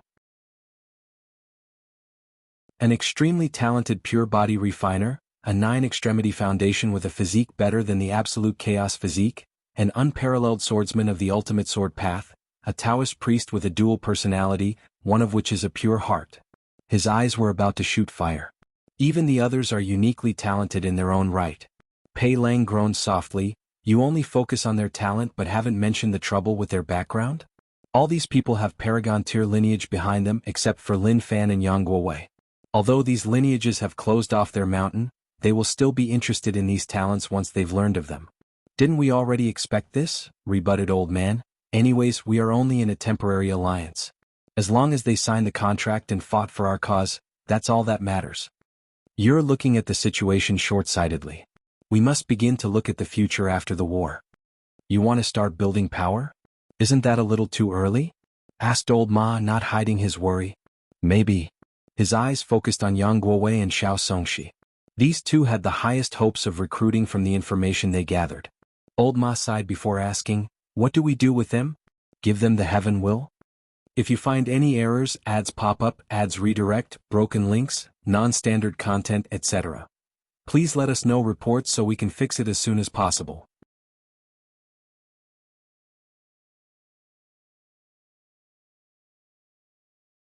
Chapter 1031. Hello. Pei Lang thought momentarily. Brief them on the world's current situation. Afterward, use the reflecting mirror heart trial to determine their personality and who is genuinely willing to fight for our cause. Then, will we give them the heaven will? Yes, but don't forget to have them sign the contract first, nodded Pei Lang. I will come to see Yang Guowei and Xianxia after the mirror test. As you wish. Then what about Emperor Wang's reward? Asked Old Ma. Give him what he promised. These people were the first batch and he was very satisfied. Their cause needs upper-level talents/powerhouses as the world is about to enter an era of strife and chaos. Wang Qi received a space ring from a stranger and used his divine sense to check. The patriarch told him what to check and he did not want to make any mistake. Are you satisfied? I am, nodded Wang Qi. That's good, nodded Old Ma. We are also happy with this trade and hope this alliance can continue. This is only the first group. However, the patriarch asked me to pass on a message. Do not expect the next group to be as talented as this one. That's understandable, nodded Old Ma. He had read distant history and knew the myriad emperor world was unique in the lower dimension for some unknown reason. So, it's understandable they would have so many eternal talents. Do you know exactly when the next batch is coming? It should take a while since we must gather them from other world communities. I see. Well, you know how to contact us. Excuse me. Is there something else? Asked Old Ma. Could you tell me if there is a way to see Empress Wu? Why do you want to see her? That's rather personal. Old Ma frowned. Wait a moment. I cannot make such a decision. The origin of this chapter's debut can be traced to N0V30. Please take your time. Wang Qi did not want to take the risk to publicly search for news about her, even if it might be common. Additionally, the rebellion would definitely know his next course of action, so it was best to use them and prevent any misunderstanding, which could lead to trust issues in their new and fragile alliance. He wants to see Empress Wu? Asked Pei Lang. At first, he thought something had happened since Old Ma contacted him so soon, but he did not expect it was for this reason. Do you know why? He didn't want to say. You didn't pry? They had too many ways to get information from a weak immortal venerable secretly. No. It's about her, so I thought it would be best to be careful and report to you. Pei Lang groaned softly. You made the right choice. Give him the information and have someone follow him to see if he actually goes to see her. Immediately afterward, Old Ma gave Wang Qi the information on how to travel to the Origin Seal continent. And he made his way to that destination with the utmost haste. The Origin Seal continent was vast, with trillions upon trillions of inhabitants. Wang Qi knew he would not be able to contact the Empress with his identity even if he knew she had a palace at the very center. So, she followed the Patriarch's instructions. He concentrated intensely, bowed 90 degrees and muttered. Wang Qi, under the order of the Patriarch, came to see the Empress. A rune with a unique aura appeared on his forehead. Wang Qi did not wait long before he felt the surroundings change, and he was in another place. Sitting cross-legged opposite him was a woman of unparalleled beauty. Although she did not release any aura, he sensed her grandeur, power, nobility and otherworldly nature. This was not the first he had seen her. When the patriarch was still immortal, he saw the empress accompanying him. However, this one was completely different from what he saw, almost like a different person. "Wang Wei sent you?" asked Wu Hong in her ethereal voice. "That's all right," stuttered Wang Qi as he lowered his head, not daring to continue gazing at such power and perfection. "What does he want?" "The Patriarch asked me to give you this." He took out a space ring and held it in his hand. Wang Qi felt his hand was empty, but he did not dare raise his head. Meanwhile, Wu Hong removed two things from the space ring, a jade talisman and a letter. She pondered briefly before first opening the letter. "Hello? How are you doing? I know this might be a cliché and boring for our first words, but after rewriting this letter more than 1,000 times, countless drafts and millions of words, these words best suit what I want to convey to you. After all, if all else fails, it will be good news to know you were okay. Anyway, I just want to hear from you. P.S. The talisman contains the experiment about existence from a talented cultivator called Madman Chu. I thought it might be useful for your injury. Be careful, you will owe him much karma if you accept his legacy. P.S. What is the best Tier 11 resource to break the Empyrean bottleneck? I wanted to ask the rebellion, but I thought you should be more knowledgeable than them. A tiny smile crept on the corner of Wu Hong's mouth before swiftly disappearing. She thought for a moment before taking out a piece of paper. "Give this to him," she said, and a letter appeared in Wang Qi's hands. "Is there anything else?" "No." "Then you're dismissed." With a wave of her hand, Wang Qi disappeared from the room. Wu Hong looked at the two items in her hands, deep in thought. She carefully placed the letter away before focusing on the talisman. She had heard of the name, Madman Chu. During the Second Origin War, Qiyuan wanted to find the latter to help him complete his plan. Their group pursued countless rumors about Madman Chu in their attempt to locate him, but he was never found even after the event of the ultimate taboo. According to rumors, Madman Chu will only see someone that he wants to see. With a decisive look, she accepted the inheritance. Wang Qi sighed in relief when he realized he was somewhere in the Origin Seal continent. He did not waste any more time and used the special space ring the Patriarch gave him. He immediately sensed a weird aura protecting him. He no longer felt a potent power blocking his descent into the lower dimension. Through his connection to the Myriad Emperor world, Wang Qi immediately descended to the previous location where he had ascended a few hours prior. He then rushed into the throne room. "What did she say? Did she respond?" immediately asked Wang Wei when he saw Wang Qi. "Why, yes," replied the tired messenger as he took out the letter. Wang Qi could not tell when the thing left his hand. "Hello back. I'm doing okay considering the circumstances. How about you? From what I hear, you're doing beautiful things in the lower dimension. P.S. I would like to thank you for this and the previous gift. I will reciprocate when the time is appropriate. S.S. The best would be Yuan Dao root. It takes the least amount of time to facilitate the breakthrough and has some effects in nourishing the fleshly body and the Empyrean soul while also helping stabilize the Grand Mist Wheel. However, it's a very rare spiritual herb comparable to Tier 12 in value." Although the letter was short, Wang Wei had an uncontrollable grin throughout reading it. He looked at Wang Qi and through his mind he saw her again after what felt like an eternity. He saw her unparalleled beauty, strange yet familiar aura and gray hair. In these short interactions, he had confirmed too many things and removed a heavy burden from his shoulders. Now he knew she knew something about him, most likely the clone's memories or from his ancestors. More importantly, he knew she would at least give him a chance. Isn't it just pursuing her again?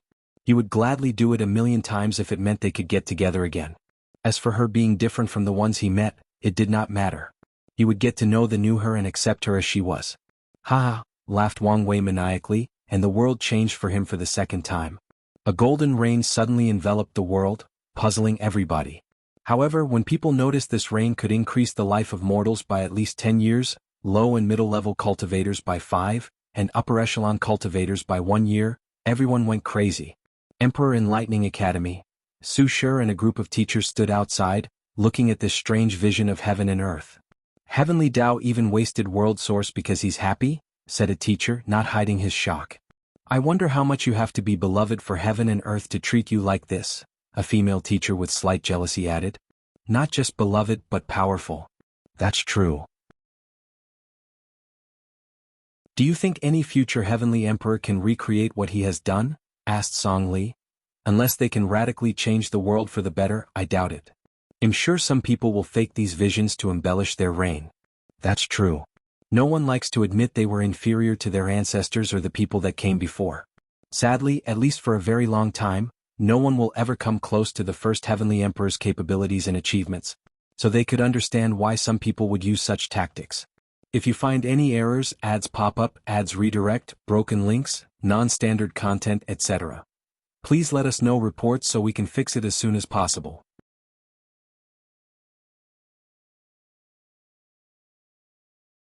Chapter 1032 Happiness. Wang Wei was finally calm enough to stop laughing.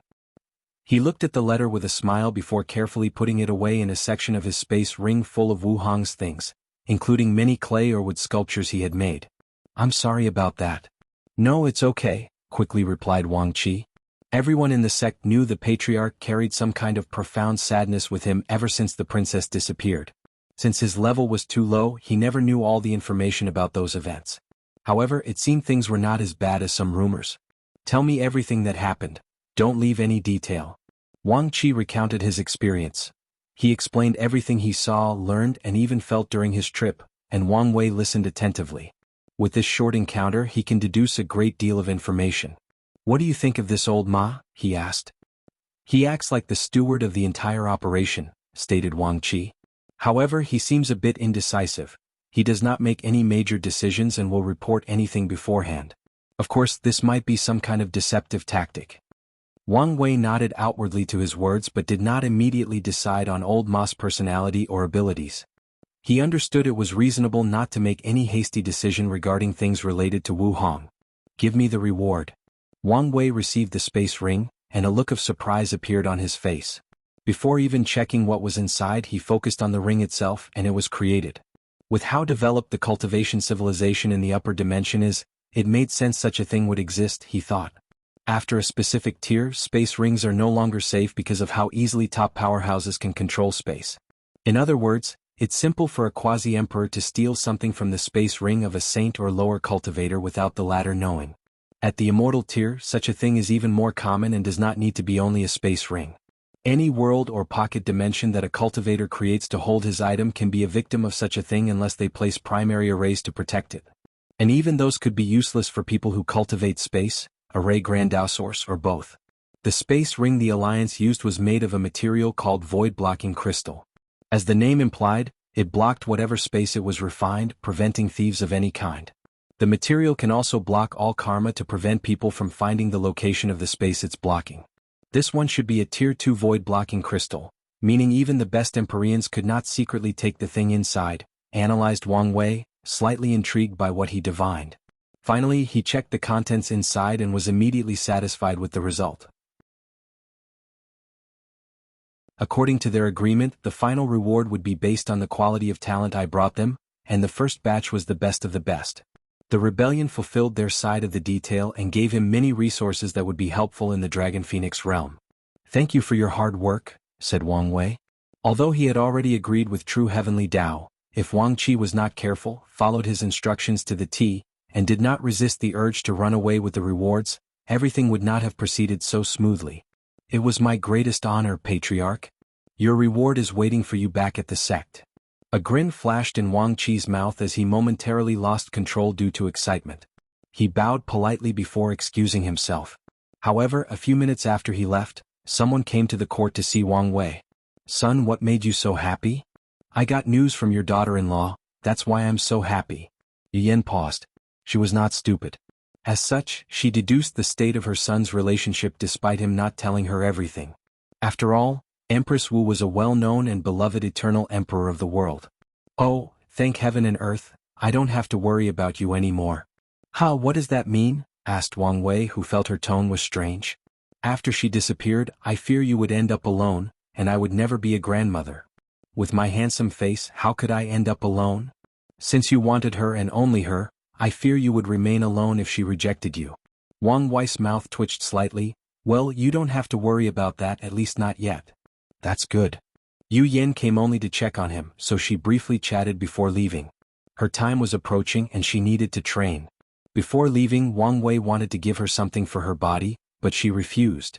She aims to achieve 7-leaf strength before underground Dao re-establishment after she and her husband rule over the court. Although this path is arduous and dangerous, the experience will also be a form of tempering for her. So, she declined as she believed it was best to leave these rare resources to her son or someone else. After Yu Yan's departure, Wang Wei soon had his third guest. Before the person entered, he heard a loud voice outside, "My favorite grandson. Grandpa came to see you. I'm your only grandson." "So, this phrase is not as endearing as you think they are," he yelled back, and Wang Chang entered the room laughing. "Isn't that a good thing? Now you don't have to split my love with anyone else." Wang Wei rolled his eyes. "So what made you so happy?" asked Wang Chang. He had only come for a short break when he noticed the changes between heaven and earth. "Some good news, and it also involved you," replied Wang Wei. "Oh. I'm so close to finding Emperor Nine's sons." Wang Wei saw a glint in his grandfather's eyes, so he explained the situation with these top geniuses ascending. Good, uttered Wang Chang. "Recently, I have been having dreams of reuniting with your grandmother. Now I understand why." Wang Wei immediately looked at him seriously. "Why are you acting like your reincarnation is your death? Don't look at me like this. I'm not about to do anything stupid," said Wang Chang, almost choking in anger. "I just thought I might see her during the process. Do you want me to try to arrange something for you?" "No need. Let's leave it to fate." Wang Wei could not help rolling his eyes at how ironic such a reply was. He summoned a green crystal the size of a 50-carat diamond. "This is for you." "What is it?" asked Wang Chang as he felt this crystal was pulsating or beating like a heart. "I asked these people for the heart of an old tree," explained Wang Wei. "This thing contains an enormous amount of wood/life energy, so you can train as severely as you want, and it will heal and strengthen your body in the process." Wang Wei was surprised by this thing. He asked for it specifically for his grandfather, so it was not an immortal tier resource. Yet, the energy contained in that crystal was palpitating. However, upon reflection he realized it made sense. Anything that can be considered old, in the upper dimension must at least be 1 yuan epoch. "So, I can train even harder?" asked Wang Chang. "Yes, but you should still take time to rest. This thing doesn't have as good of an effect on restoring spiritual power, let alone mental fatigue." I know. How do I use it?" "You only need to keep in one of your heart's chambers." Whoosh! Wang Chang directly plunged his hand and the crystal into his heart, making Wang Wei speechless. This guy could have swallowed it and controlled the thing to reach his heart, or be more civilized and used a small teleportation technique to send it to its destination. But no, he had to use such brutal means. No wonder his technique was so masochist, he secretly complained. "Well, I'm back to training," said Wang Chang, who prepared to leave. Then, he suddenly thought of something. "Do you have any more of the wine from last time?" Wang Wei waved his hand to give him a bottle. "Only one? Don't be so cheap, Im." With a thought, his grandfather disappeared from the court and returned to the sect. He smiled as he heard the latter's complaints about not respecting his elders. His gaze shifted to the swallowing zone. He now knew what to turn the Genesis fruit into, but that created some other trouble for him: energy. If he wants that thing to turn into the Yuan Dao root and the best of its kind, he will need to feed it even more energy. "What a headache," he muttered before entering a short retreat, waiting for the next major event. If you find any errors, ads pop up, ads redirect, broken links, non-standard content, etc., please let us know reports so we can fix it as soon as possible.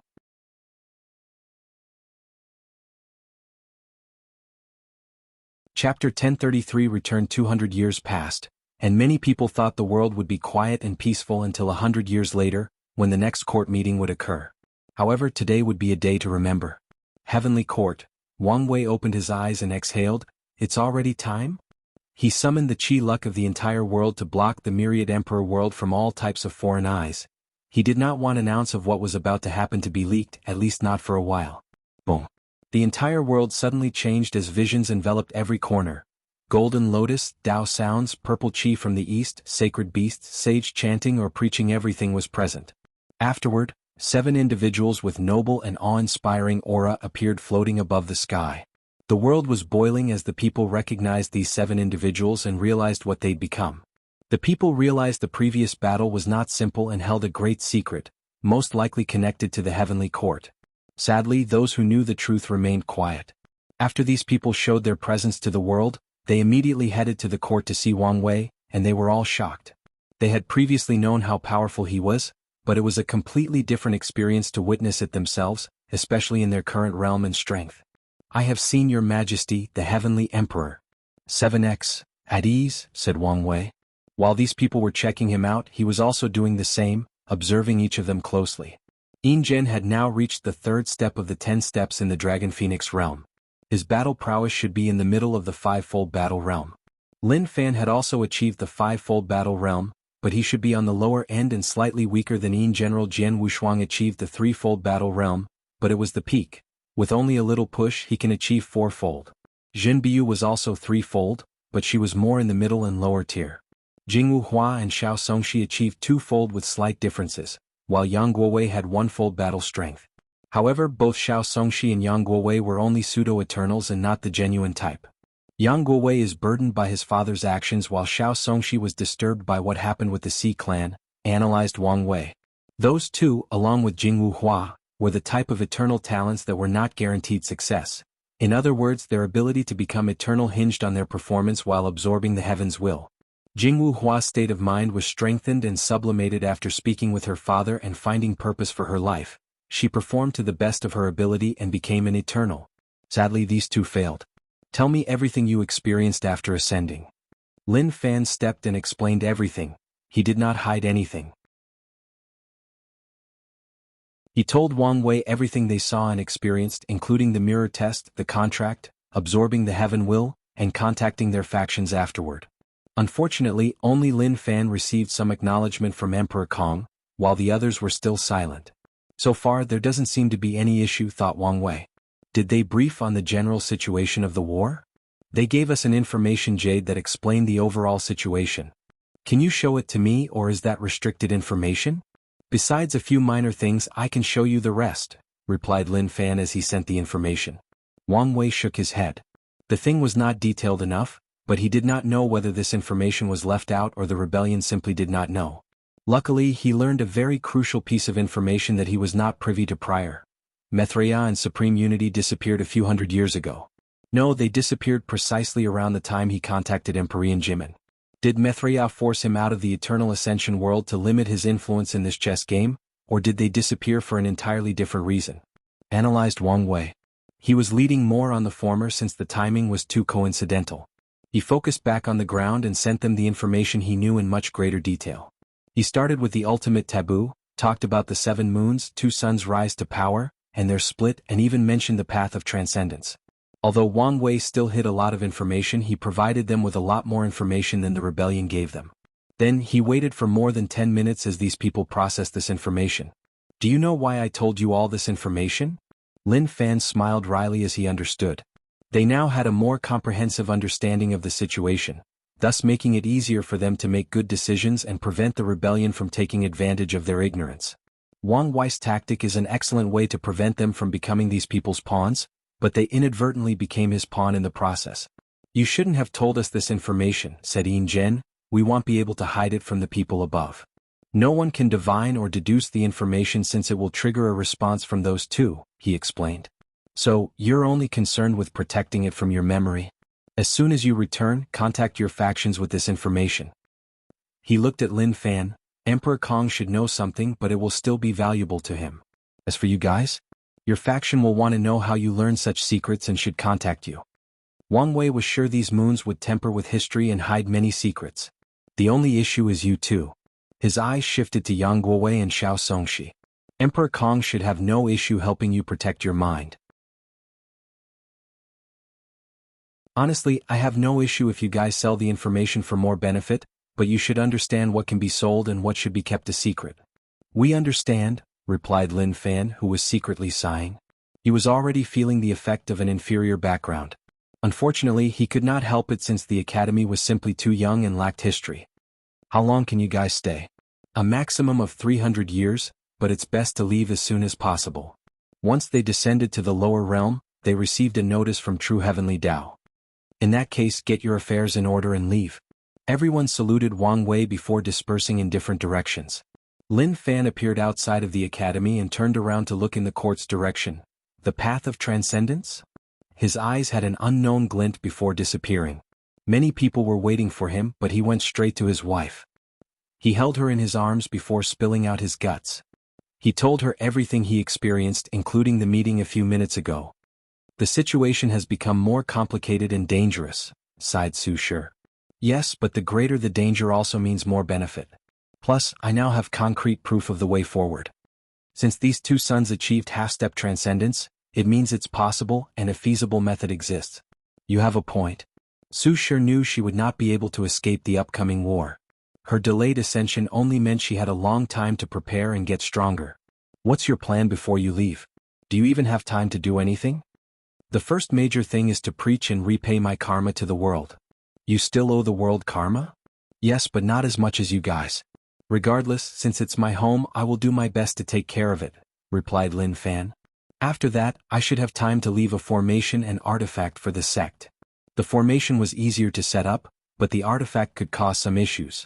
If the sect already has a quasi-emperor weapon prepared, he only needs to nourish it with the Grand Tao source and fuse his weapon's projection into it. However, if they want him to refine a better emperor artifact for them, that would require more time and better resources. What about the Tao ancestors, Immortal venerables and insurgents? I will send the Grand Tao source seeds and Immortal mansions when Wang Wei exchanges the next batches of candidates. Lin Fan momentarily paused at the absurdity of this statement. As for my insurgents, I have prepared the resources and instructions, but you need to complete it for me. It's good that you're prepared for everything, nodded Xianxia. But what about our situation? Have you made a decision? Yes. I was thinking about leaving an Immortal clone to accompany them while we continued our pursuit of Grand Tao. Lin Fan did not hear from her for a few seconds, so he swiftly added, I can even modify their memories so they don't know about my main body. He felt it would be terrible on his conscience if he just abandoned everybody after everything they've gone through. This may be the best choice. If you find any errors, ads pop up, ads redirect, broken links, non-standard content, etc., please let us know reports so we can fix it as soon as possible.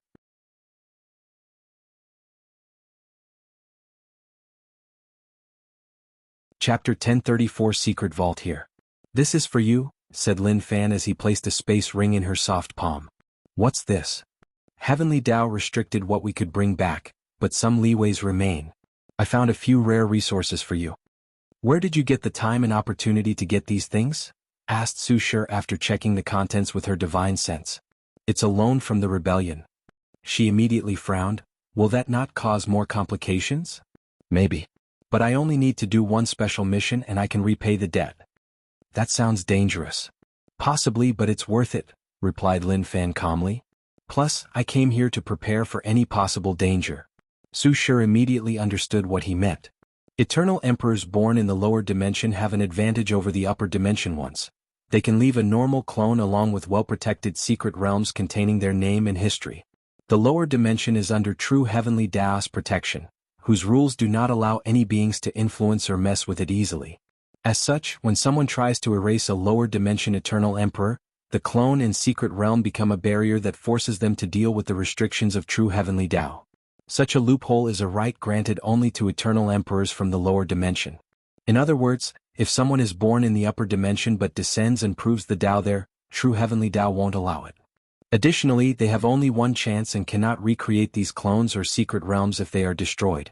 I'm worried about Wang Wei, said Lin Fan. The security vault, as it has been labeled over the years, is one of an eternal emperor's greatest secrets, something that some of them do not even tell their Tao companion. However, Lin Fan knew he would not be able to hide his vault from Wang Wei's eyes, even if he put it somewhere in the endless void. His existence has long broken the balance, replied Xianxia. Eternals are usually generations, if not eras, apart, and their strength is relative to one another, making it easier to hide their vaults. Unfortunately, this era was a mess. Do you have any idea? He asked, not willing to relent on this particular situation. The only thing I can think of is if you could find some resource to hide and send it back. However, such a thing must at least be tier 11, and Heavenly Tao would never allow such a thing to descend to the lower dimension. Not necessarily, countered Lin Fan. As you said, he's broken the balance, and true Heavenly Tao will not accept that, even if there is some kind of connection or deal between them. Maybe it can be convinced. You're thinking too positively. Do you think it will give you an unfair advantage just to balance out Wang Wei? Having a vault protected or hidden by an Empyrean tier resource would give Lin Fan too much of an advantage, so his plan had a very low chance of success. Unless I could find something that targets only him, he added softly. Does such a thing exist? And if he did, is it worth using it only on him, especially given the situation? That remains to be seen. Did your identity bring you any trouble? No, they didn't say or do anything, not even once. I thought there would be some delay to my heaven will, but nothing of the sort. It's odd they didn't mention it whatsoever, muttered Wang Wei. I feel the same way. No need to worry, reassured Wang Wei after seeing the look on his face. This could mean they don't worry you will be a threat or have long decided not to include you into their core. Is that so? It could be a good thing, continued Wang Wei. Not being a core member means you won't be sent on horrible missions. Of course, you must be cautious not to be used as a discarded or replaceable pawn. I will be careful. Wang Wei dismissed him and looked into the distance for a moment before closing his eyes and waiting. He did not have to wait long as Zhenbiu soon came to see him. To what do I owe this pleasure? He asked, standing up from the throne and inviting her to walk outside. I came to ask for a favor, replied Zhenbiu directly. I know I owe you a lot already, but I can help it. Help? Why don't you ask your employer? Employer? She shook her head, thinking what a strange way to refer to these people and their circumstances. We have not reached such a level of trust yet. That's understandable. So what do you need? A way to track and kill Five Heart. I understand tracking her, but killing? Don't you want to do it yourself? No, I want her gone as soon as possible. She was almost in trouble while absorbing the heaven will. If not for the talent of her pure heart, she might have fallen short like Yang Guowei and Xiao Songxi. After that ordeal, she decided to remove that trouble as swiftly as humanly possible. Very well, agreed Wang Wei. He raised his palm to condense a talisman with two purposes. Use karma, divination and yin-yang calculation to find a target and seal a powerful attack from him. Thank you, and I promise I will repay my debt. Wang Wei smiled but did not say anything else, not even mentioning Emperor Five Heart's artifact that he was slightly interested in. Some things were simply not destined for him, and since this artifact was not worth the effort of ignoring fate, he was more nonchalant about it. Zhenbiu returned to the five-element balance palace, feeling a heavy burden lifted from her shoulder. Now she can focus on repairing her relationship with the palace. After what happened in the Heaven Will battle, no one completely trusted. Although she understood their reason, she was still a little distracted and chose to view her relation to her sect as more of a transaction where each party gets what they want. However, after seeing the situation upstairs and knowing the importance of a good background, she wanted to repair the relationship to prevent any trouble with the upper dimension. If you find any errors, ads pop up, ads redirect, broken links, non-standard content, etc. Please let us know reports so we can fix it as soon as possible.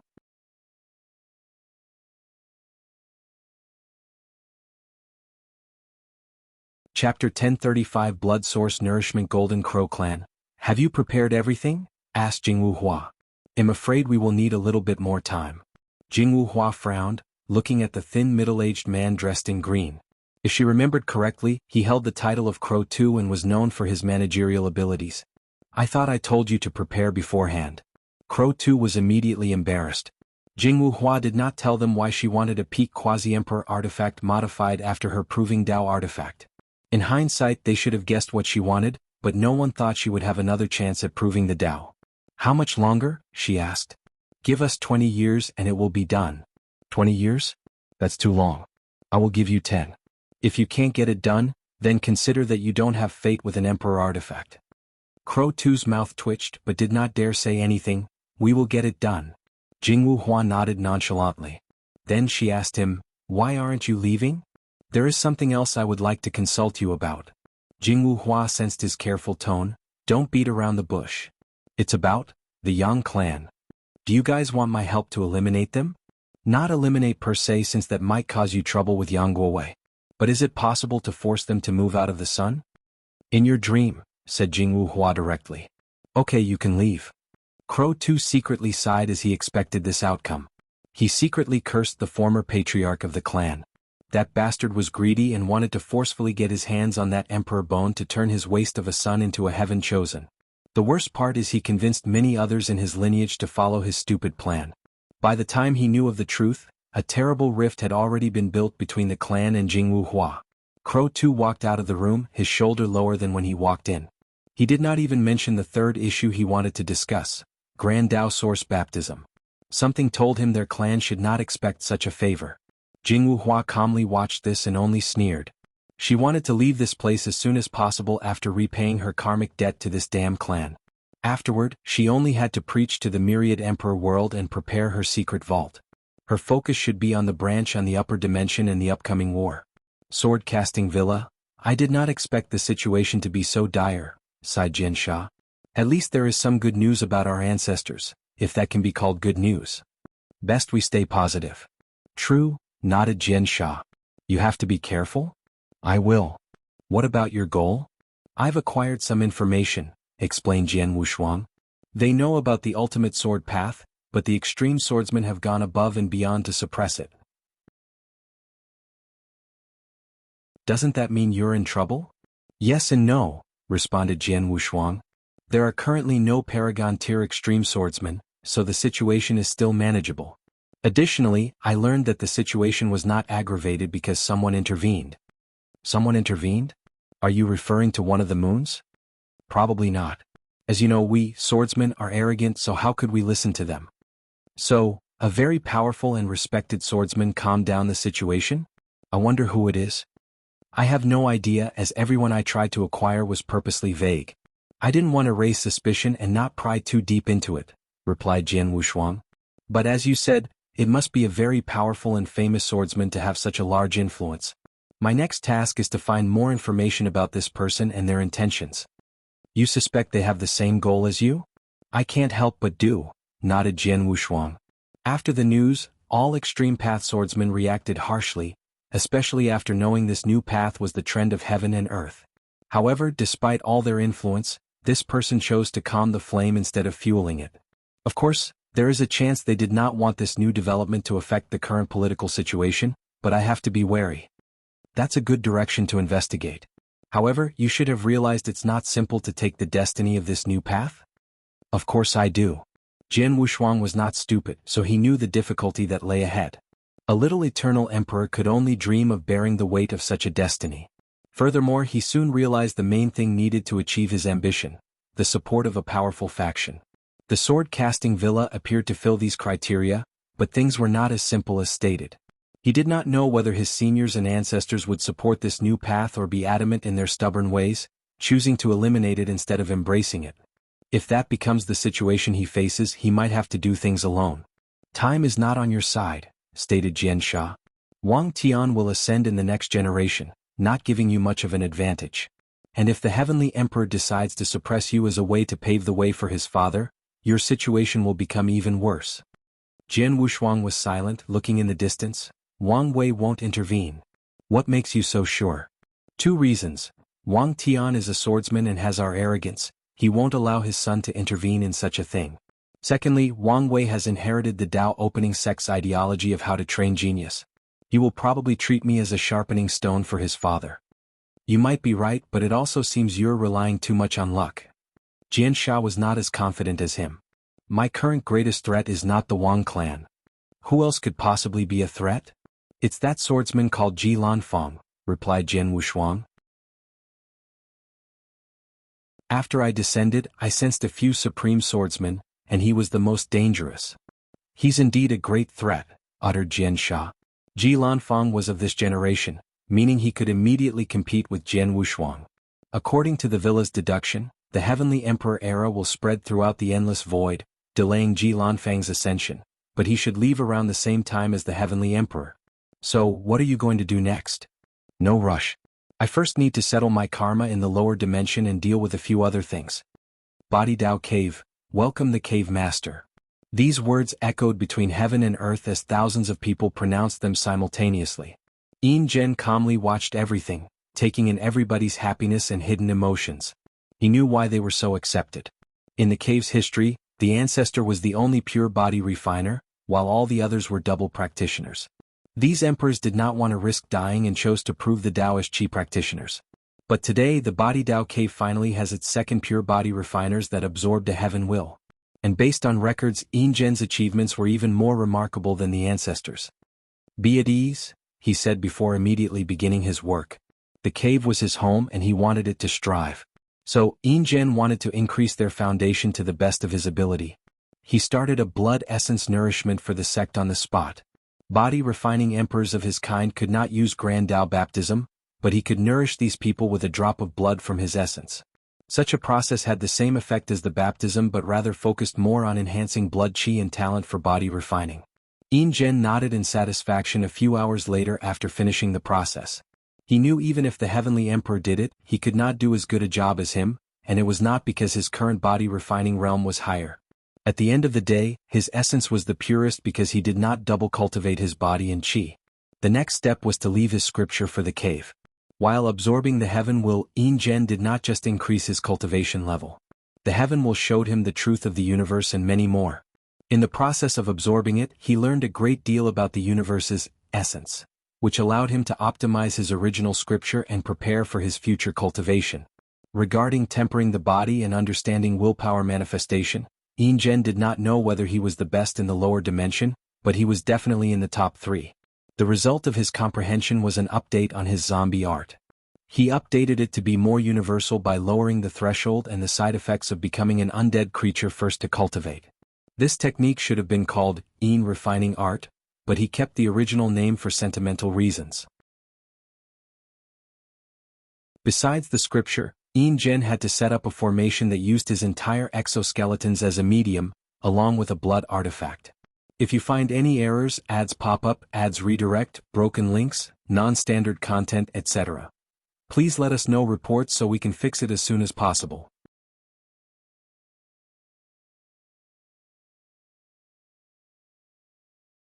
Chapter 1036 Sacrifice Great Yi Dynasty. Xianxia was elated to see his mother and sister again. So, from now on, our dynasty will be a veritable emperor lineage? Asked his sister, not hiding her excitement and joy. We will. Now I can walk in the world with my head raised proudly. Couldn't you do that before? Chided Mother Xiao. She then looked at her son. I'm proud of you. A large grin was plastered on Xianxia's face after hearing that. Humph, snorted Sister Xiao. Now these people should regret what they've done to us. Why are you bringing this now? I'm just saying. Mother is correct. There is no need to bring negativity to today's joyous occasion, said Xianxia, deciding to spend a great day with his family. He did not tell them much about the ongoing of the upper dimension or the rebellion as he did not want to worry them. Near the end of the family dinner, he asked them, You have to make a choice. What choice? Do you want to become immortal now or wait later until I have settled in the upper dimension and I can bring you? It's very easy to acquire heaven wills and you can both prove the Tao. Really? We can become emperors? Yes, but it will take some time. You might have to seal yourself to prevent running out of lifespan. He had already searched the relevant information and knew he could send a projection into the lower dimension after becoming an Empyrean and bringing his family with him. Can you send the heaven will down here? Why are you asking such a question? Asked Mother Xiao. What else? So I can become a heavenly emperor. Xianxia was immediately speechless, while Mother Xiao scolded her daughter for speaking nonsense. No, that's not allowed, he explained. You will have to ascend. Oh, what a shame. Xianxia rolled his eyes. If delusion were a power, this girl would truly be invincible. Sierre, what do you think we should do? He thought for a moment. Let's wait. The emperor path reigned supreme, so it was best to choose it. Although his family had to wait a long time, the sealing process would not make it feel as such.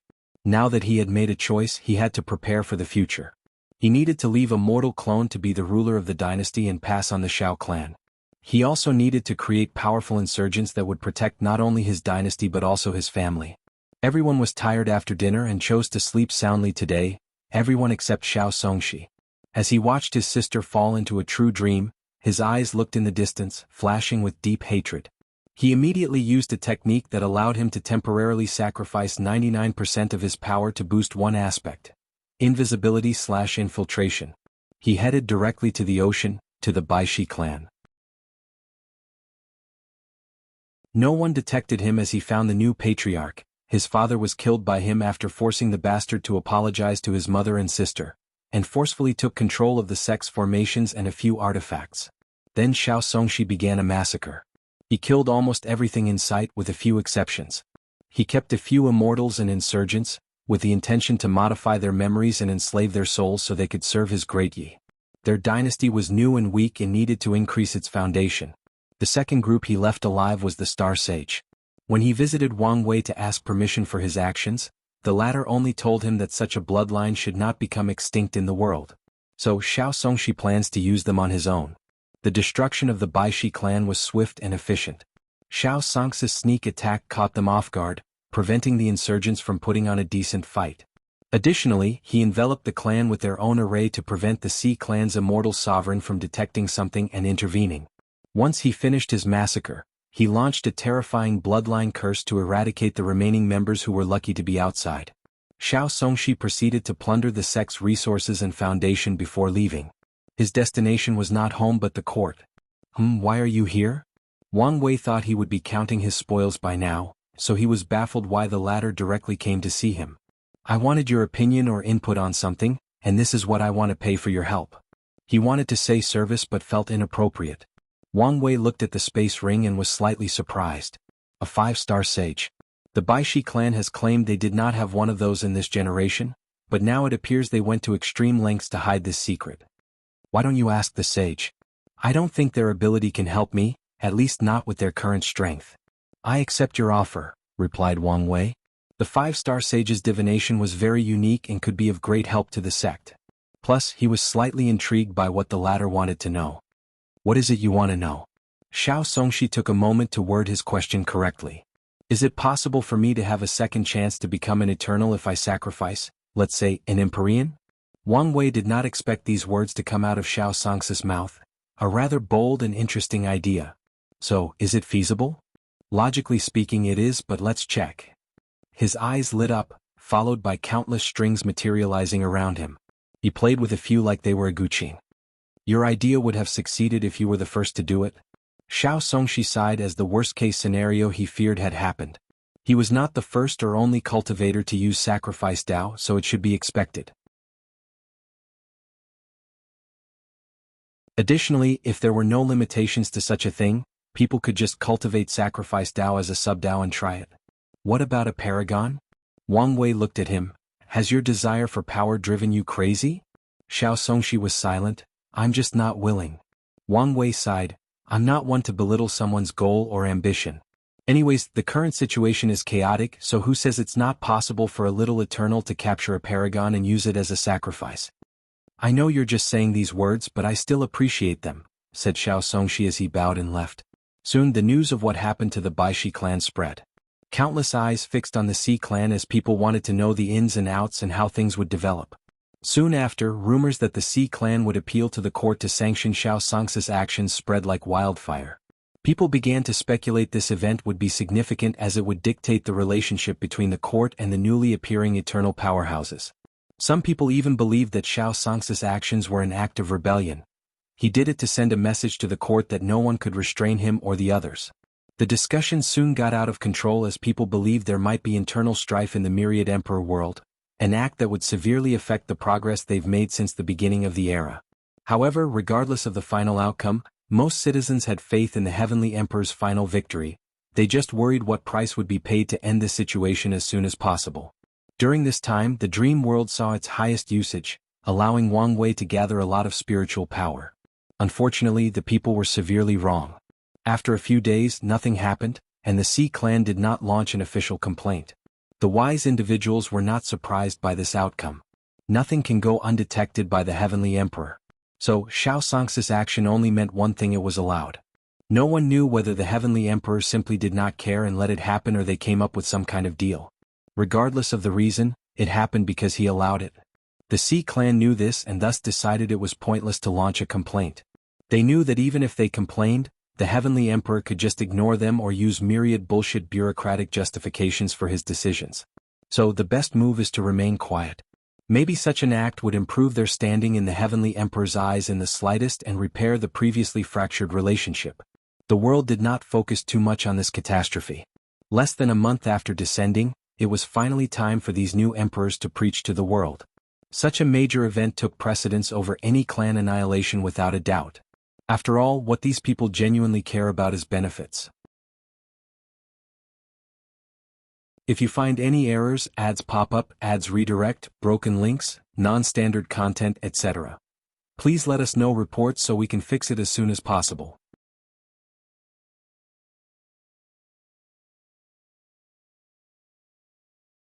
Chapter 1037 Mass Preaching. My name is the Heavenly Zombie Emperor. Today I will preach about essence.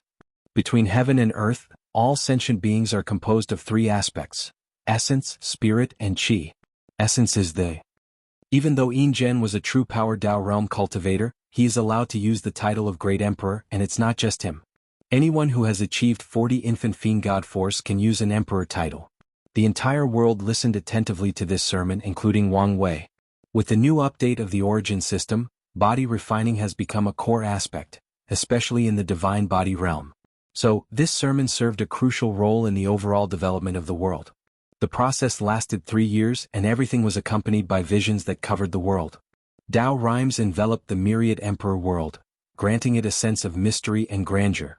Wang Wei blocked the world, so these visions remained internal, but there was a high chance they would not spread, given it was only a sermon, and these people were alternative emperors.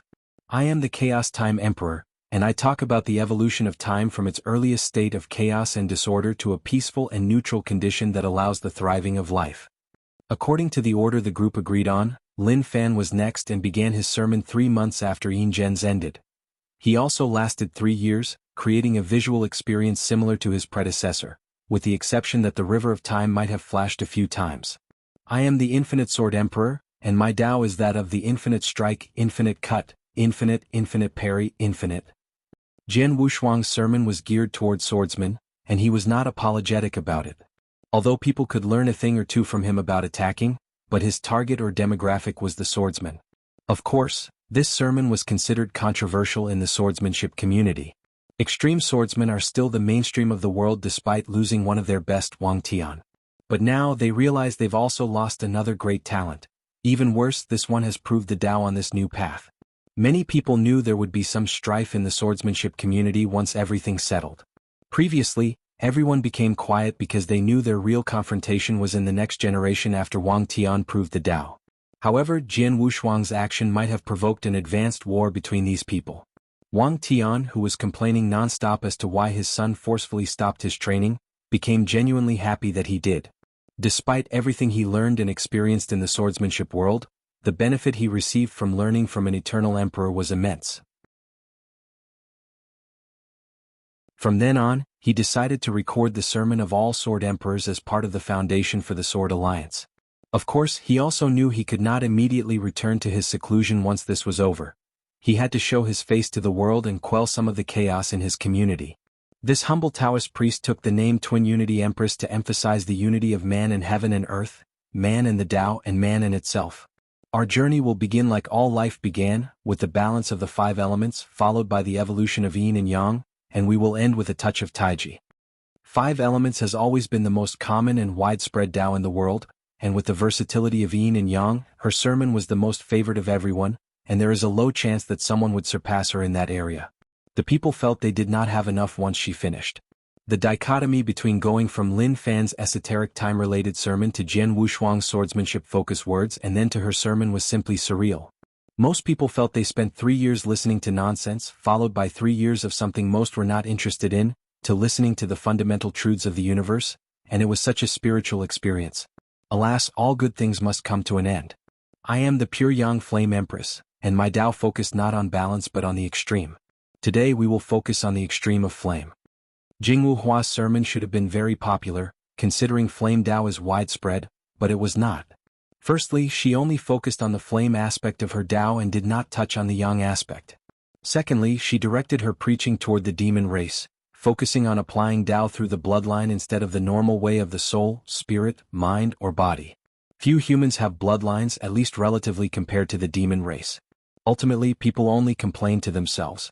After all, she was an eternal emperor and from the demon race, so it was understandable why she took this approach. Maybe she's not as bad as I thought, muttered Ao Shin. Long ago, the demon race wanted to form an alliance with her through marriage, but things never reached anywhere. The relationship with the Golden Crow clan can be described as neutral, but that's only because of his existence. Once he leaves, there is a high chance that his kind will revert to disdaining the Golden Crow clan. I can use this to genuinely appease the relationship between us. I was lucky enough to acquire the title of heart-sacrificing emperor. Today I will show a different perspective on the cultivation world from the aspect of sacrifice. Mortals envy our power, status, and long lifespan, but what price do we pay for those things? What do we sacrifice? Time, effort, morality, and a myriad of other things. Sacrifice is a balanced way of the world that touches on the way of yin and yang. Sacrifice one thing to gain something else, and the more you're willing to pay, the greater the reward. Xianxia's sermon was odd to say the least. Wang Wei saw it as the cultivation version of a motivational talk, and the effects were more than wonderful. He could foresee the effect as more cultivators worked hard in their journey, as they knew whatever difficulty they were currently dealing with was the sacrifice needed to attain power, wealth, and longevity. My name is Yang Guowei, now known as the Chrome Emperor. Color, on a superficial level, is how we see or perceive the world. Although this aspect is fascinating, there is more to colors than this. Yang Guowei's sermon was more popular than Wang Wei anticipated, as the fact he went last did not have much of an effect. He first started by preaching about perception, which was very helpful to cultivators since they learned many applications of their senses and perceptions. However, what made his sermon so popular was his target audience, mortals, the ones focusing on arts and crafts. He weaved ideas and techniques about using color in various arts and crafts, mostly painting, but he was also creative for many other professions. His actions boosted the validity and power of the enlightening temple, which thus further empowered mortals. Wang Wei opened his eyes as Yang Guowei uttered his last words. He could sense the world's unwillingness. After all, they spent 21 or more years straight listening to great emperors, no eternals, preach to them.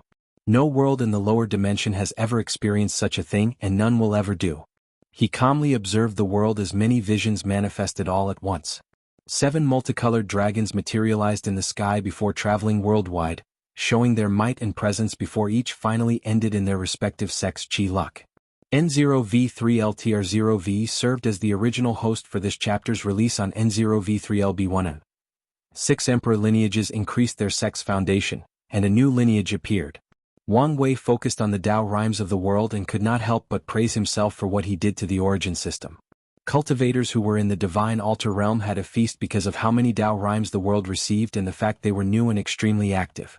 Many of the young geniuses in this realm successfully established one of the best foundations in probably 100 generations. The people in this cultivator realm were not the only ones who benefited. Anyone who was in the midst of switching to the new system took advantage of these 7 sermons to accelerate the process and strengthen their foundation. Meanwhile, cultivators of the old era or system also had their cake. With so much Tao rhyme, understanding the laws became way easier. Wang Wei expects a dramatic increase in the number of void-shattering realm cultivators for a while until the Tao rhymes enter a more inert state. Everyone is happy and celebrating, but who amongst them knows about the consequences? Muttered Wang Wei as he looked in the distance. The myriad emperor world just acquired 7 new eternal powerhouses. This would not change this fact even if they will not be staying. So, the main issue is how things are going to be balanced. If you find any errors, ads pop up, ads redirect, broken links, non-standard content, etc., please let us know reports so we can fix it as soon as possible.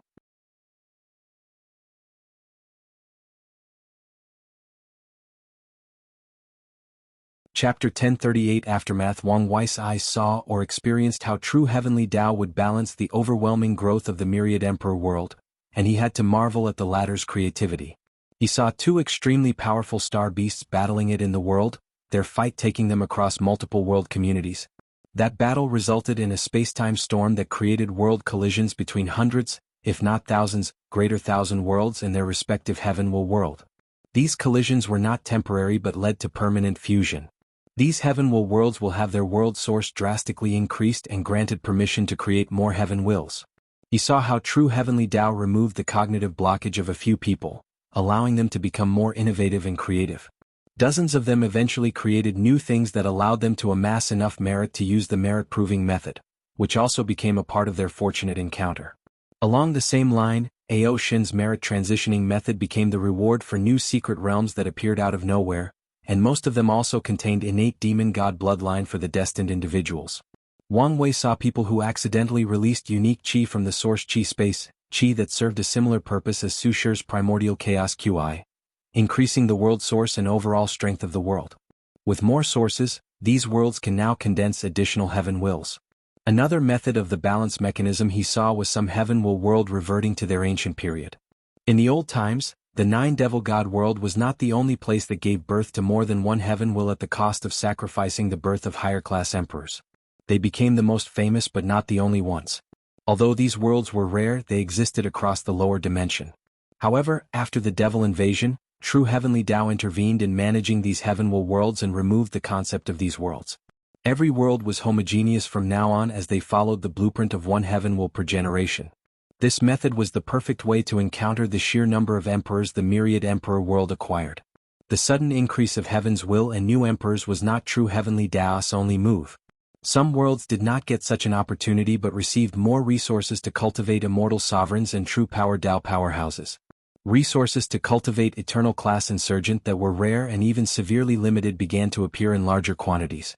You didn't have to react so severely. After all, I was also planning on sending them upstairs and increasing their number of emperors, complained Wang Wei as he shook his head. The changes in this world were not happening immediately and would take some time.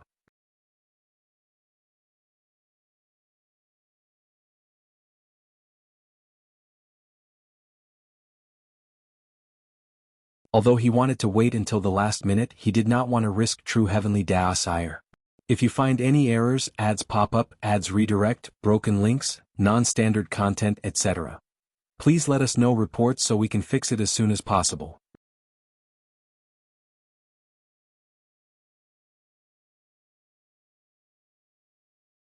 Chapter 1039 Old Acquaintance. After returning to the upper dimension, Lin Fan and the other two did not immediately return to the rebellion.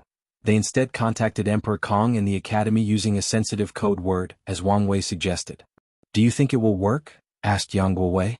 It should, replied Xianxia. Why don't we ask the others if it worked for him? All right.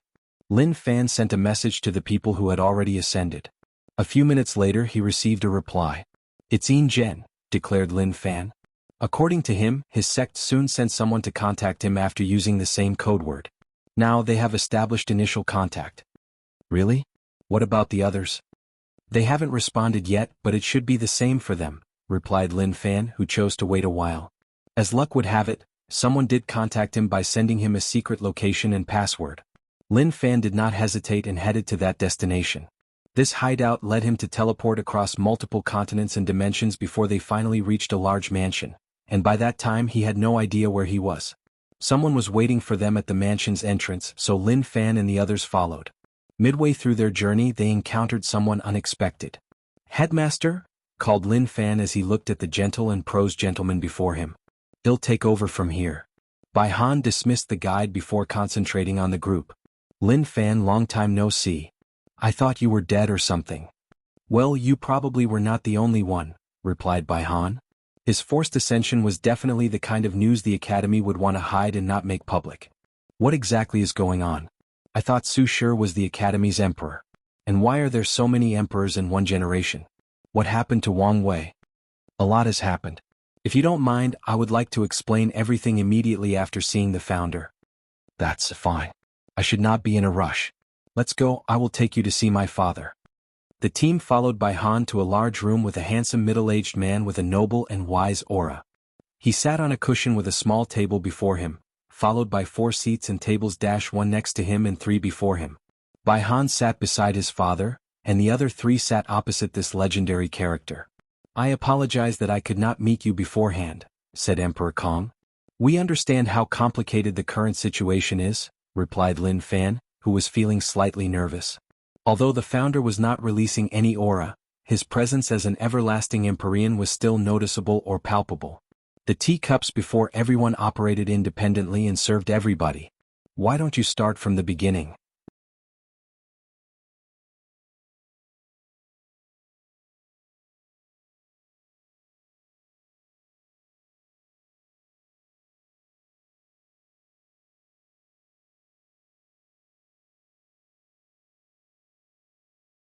Chapter 10 44th Court Meeting.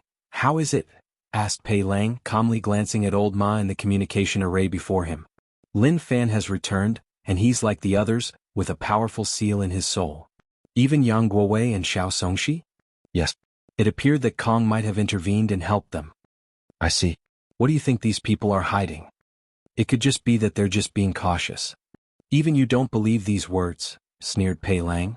Previously, these people had no direct contact with their faction, but everything changed after their return. Some of these factions even sent warnings toward their cause, telling them to treat their members with better care. It's obvious they've brought a piece of information that is beyond valuable. An intense killing intent flashed in Pei Lang's eyes as he contemplated eliminating these people. Instead of becoming his aide, they've turned into unknown and uncontrollable variables, and he was unhappy about this. However, the contract they signed indicated he could not intently attack his own people. Furthermore, other people in the cause did not like him and would take this opportunity to deal with him if he attacked them, not to mention the factions behind these people. I also have to consider their relationship with the Destined One. Becoming the enemy of someone protected by fate is a foolish choice in these circumstances, thought Pei Lang, who successfully convinced himself to calm down. Anything else to report? Some of our men have spotted movement from Kong. He might have contacted some of his people. He values Lin Fan this much? It appeared so. Any sign the Dao opening sect has also intervened in this fiasco? Pei Lang knew the source of these people's changes was most likely Emperor Wang in the lower dimension despite no concrete proof. He might be the source of this valuable information. So far no. At least there was some good news. Pei Lang grunted softly. Where are Yang Guowei and Xiao Songxi? Do you still want to convince them? They are the best chance I have to learn what they know. More than an hour later, Pei Lang closed the communication array with red eyes. His attempt was futile as none of them were willing to speak about what they knew, even with promises of immense wealth and resources. Yang Guowei remained mostly quiet while Xiao Songxi spoke nonsense. He seemed to insinuate he would sell the information in exchange for a paragon. Pei Lang was unsure, but if he was, he knew this lad was mad if he thought such a deal would succeed. He had to control every urge in his body to not secretly send these people on a suicide mission. He exhaled as he realized what he must do: become a paragon. If he succeeds, his power in the cause and the world will drastically increase. Whatever news these two hid will not be kept from his eyes by then. He might be reluctant to attack the others, but he won't have the same restraint against Lin Fan and the other three. Although these people are busy, they would definitely attack me during the process. So, my biggest worry is not the breakthrough but the battle during and after. That's what I must prepare for. With his foundation, once he becomes a paragon, he should not have any issue fighting one or two of these people. However, he will definitely lose if there are more, and if Time Eater shows up, death is the only fate awaiting him. I need to time the breakthrough perfectly so that he cannot show up or prepare a way to keep him busy. Pei Lang's eyes were deep as he planned his future. The way of Paragon was so close yet rife with adversity and challenges. Regardless, this was his only way forward. Myriad Emperor World, Heavenly Court. More than a month after these descending Eternal left, the Heavenly Emperor summoned the fourth meeting. Everyone important participated, including Tong Rubing's clone and Feng Heng's projection. Before we begin, you can bring up any issue of your own, declared Wang Wei, and people looked at the Sea Clan from the corner of their eyes. However, the representative looked calm, as if nothing happening was not related to him. I have something to say. Su Shi stepped forward. Oh, I'm all ears. I would like to become a permanent resident in the court. Wang Wei's eyes immediately lit up. What great news. Welcome. Since you're officially the first, I will prepare the room with the most amount of innate qi and the best blessing of luck. Thank you, Your Majesty. Everyone looked at Su Shi with shock before a sense of haste rushed into their minds. The pieces had already fallen into place. Now it was only a matter of time before the court was lively, and all top powerhouses were under His Majesty's eyes. What good news to start the meeting. Anything else? No one said anything since they could not make such a bold decision on the spot. However, people understood certain things were inevitable. Wang Wei looked at the Origin Weapon Mountain's representative. What about my project? We are making great progress and are now 70% finished. 70%? That's a lot of progress, assuming you're not lying. Keep up the good work and finish in a timely manner. The representative bowed. He knew why he was singled out on this occasion. To display a close relationship between his faction and the court, thus elevating them politically, and to pressure them into finishing the project as soon as possible. The managerial tactic of praise and beating has been popular amongst mortal and fortune rulers since time immemorial. For today's meeting, we have a major and minor plan to discuss, continued Wang Wei. For the minor part, I present to you the National Preservation Library. Wang Wei snapped his finger, and a projection of a snow-white building materialized in the room. Everyone could tell its purpose was to preserve scriptures or a general form of knowledge, but they also knew it could never be so simple. There must be a bigger plot or meaning behind the appearance of this thing. This library, as of now, contained all the heritage of the Tao opening sect. Perfect copies of all our techniques, emperor scripture, pill recipes and all other profession knowledge, our history and much more, calmly stated Wang Wei, making many people looked at that projection with such greed that they almost salivated. Its purpose is to preserve our inheritance or lineage in case of a cultivation-destroying catastrophe, just like the Null era. If something were to happen to Myriad Emperor World and the cultivation civilization was destroyed and had to start over, this library would preserve our knowledge and pass it on to the future. I invite many of you to preserve your inheritance on it. Damn this conniving emperor, thought Ao Shen. If something similar to the Null era happens in the future, the world will revert to a period similar to the ancient emperor era, where people competed to spread a new system and for titles like Pill or Talisman Ancestor. More importantly, the current factions that hold these titles or recognition would lose the luck and protection that comes with it, unless they can preserve everything in that library. Such an act appeared that Wang Wei was preparing for the worst possible outcome, but the truth is he wanted to preserve the Tao opening sect's luck from the Tao Father title. Ao Shen secretly gritted his teeth. According to the future he envisioned and prepared for the demon race, they had to wait until the heavenly era crashed and burned. He knew such a vibrant and prosperous era would not last forever. Based on the balanced operation of the world, the more prosperous this era is, the harder its fallout will be to balance things out. By then, civilization might have to start over, which will be the demon race's opportunity. They can compete for the position of the world's protagonist and successfully dominate this plane. Alas, his vision might be nothing but a dream now. I agree to preserve the ancient clan's inheritance in the library. Wu Fenghuang was the first to speak. Such a plan benefited them the most. In a future calamity of this scale, the chances of their clan preserving all their memorialized chi luck were the lowest. In fact, it would be in Heavenly Dao's best interest to eliminate them and allow new individuals to hold these memorialized chi luck, and this library was the perfect way to prevent that from happening. We also agree, said Tong Ruobing, followed by Wu Ming, who represented the Origin Rune Palace, and the representatives from the Origin Pill Dao sect, Origin Weapon Mountain, the Body Dao Cave, and Feng Heng, who also wanted to preserve Buddhism.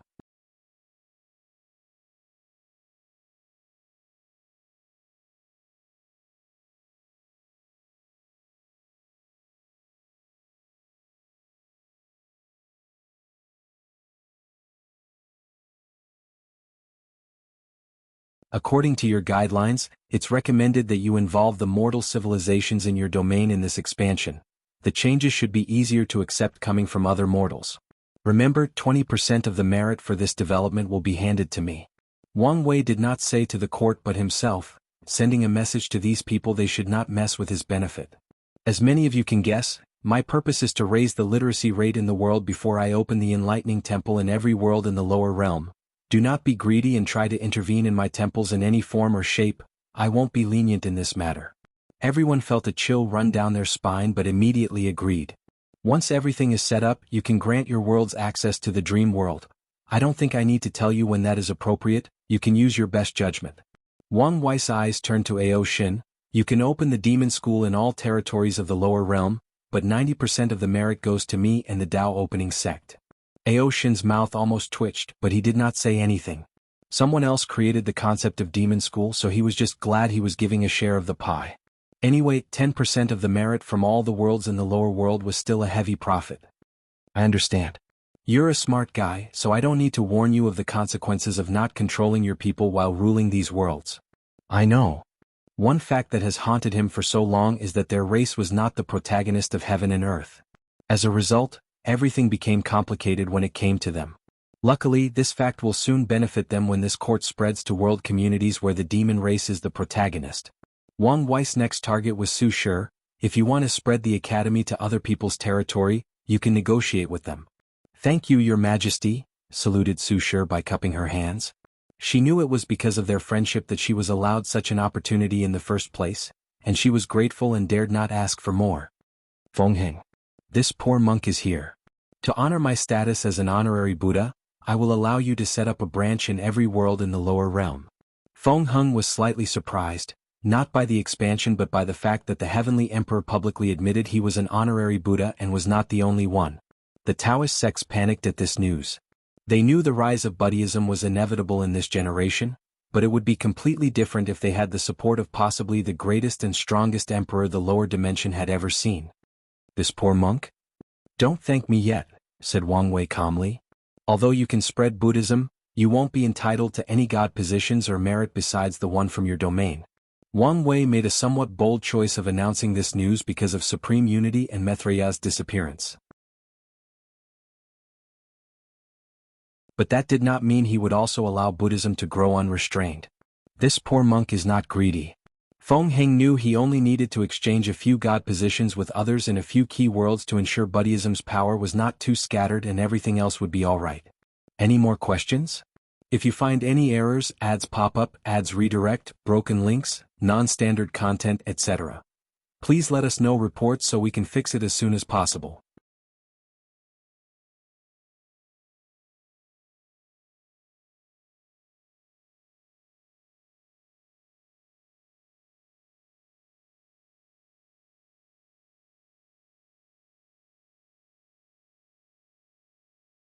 If you find any errors, ads pop up, ads redirect, broken links, non-standard content, etc., please let us know reports so we can fix it as soon as possible.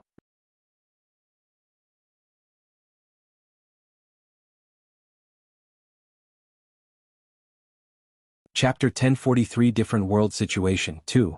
Su Shi detected faint changes in these people's facial and body expressions and immediately knew why. They probably thought giving the rest of the world 20% would be a waste and should be allowed to monopolize all the divine positions, but they did not dare raise any objections. Do any of you have any questions? We have a lot of work to cover, so don't hesitate to ask anything. The room was silent for a few seconds before Kai Rinshu took a small step forward.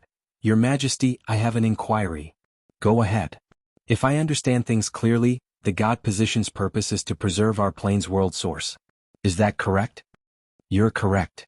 What will happen to our world after Heavenly Tao has saved so much world source? Su Shi's eyes squinted. Don't beat around the bush, ask what you really want to know. In that case I will be bold. What will happen to our world source? Cleaver, aren't we? She uttered. Some of it will remain in your world to increase resources and the overall betterment of this world. The rest will go to us. A deafening silence enveloped the room. I know you think it's unfair, but that's how the cultivation world has always been. The strong prey on the weak, continued Su Shi. Don't worry though. The Heavenly Emperor is benevolent and has prepared many benefits for you. Your Majesty could be specified? Asked the medicine saint. Besides the merit you'll receive for your divine positions, you will have access to the court for cultivation. Su Shi saw the confusion in their faces and explained, don't you feel this place is different? The four immediately sensed the surroundings. They were previously in a hurry and had no time or desire to scan the environment. The rules are complete, muttered the moon saintess in her icy voice. Due to her physique, she was very sensitive to the law and was the first to notice the change. Yes. The court's rules are from my world, meaning you can enter the quasi-emperor realm in this place. As the peak powerhouses of this world, these four individuals were unwilling not to make any progress. Sadly, only two choices remained before them. Find the myriad emperor world, but that was like searching a needle in a haystack, or gather enough resources, destiny, and luck to confront Heavenly Tao's consciousness, pass the Tao ancestor will tribulation and acquire a grand Tao source seed. The first path relied too much on luck, while the second was arduous to say the least. The number of people who have succeeded throughout history can be counted on one hand. These people's eyes twinkled with excitement. Even the moon saintess had difficulty keeping her icy temperament. This is not the end, continued Su Shi. After proving yourself, you can be granted permission to travel to the myriad emperor world. The Heavenly Emperor has reverted the environment to innate and upgraded the origin system. The new systems can allow you to live for over 100 million. These four almost salivated after hearing these words, especially the medicine saint. He was the oldest of the group and would soon run out of lifespan. So, if the promise of becoming a quasi-emperor was enough to sell his soul, traveling to the myriad emperor world and upgrading to this new system blew his mind. He decided to take advantage of this situation no matter what. Kai Rinshu exhaled deeply to calm down. I know these things are used to lure us, but even still I have to admit I am more than tempted. Lastly, there is access to the dream world, continued Su Shi. I won't explain since you will understand after accessing it. Close your eyes and say, Dream Incarnate. The group found themselves in a strange and ethereal space. A spirit appeared before them to explain all the dream world's abilities. Su Shi listened attentively and was slightly surprised the people from the lower realm had the exact same access as the people back home. I thought he would at least hide some information like his new upgraded origin system. However, as soon as she had that thought, Su Shi realized how stupid it was. Without the innate environment, the new system is basically useless. She looked at these excited leaders. I finally see hope, uttered Medicine Saint. With the cultivation simulation he can practice his Tao ancestor tribulation until he's confident he can pass. And with the merit he will receive, he finally sees the hope of achieving immortality. Let's go, we still have work to do, ordered Su Shi. Everyone returned to the throne room. She summoned a middle-aged teacher holding a fan. This is Teacher Fu Rong. She will be the main god of this world. She will handle all affairs of the court. These leaders immediately bowed as they sensed the aura of immortality emanating from her. Get up. Believe it or not, we all have one purpose, better serve the court, said Fu Rong in a calm and reassuring voice. As members of the court, everything is not about benefit, you have duties, continued Su Shi. Your main focus will be to raise the civilization of mortals. She sent the information into their mind about how to cultivate mortals. She even created deadlines for these people to ensure they completed everything in a timely manner. However, once she finished, the room became eerily quiet. Is there a problem? Your Majesty, is this really necessary? Asked the great Shui ruler. Yes, and this task is more important than you can imagine.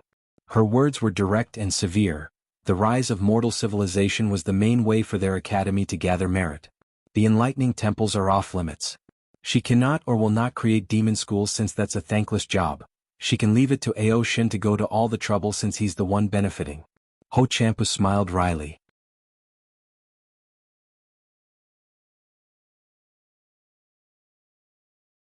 If you find any errors, ads pop up, ads redirect, broken links, non-standard content, etc. Please let us know reports so we can fix it as soon as possible.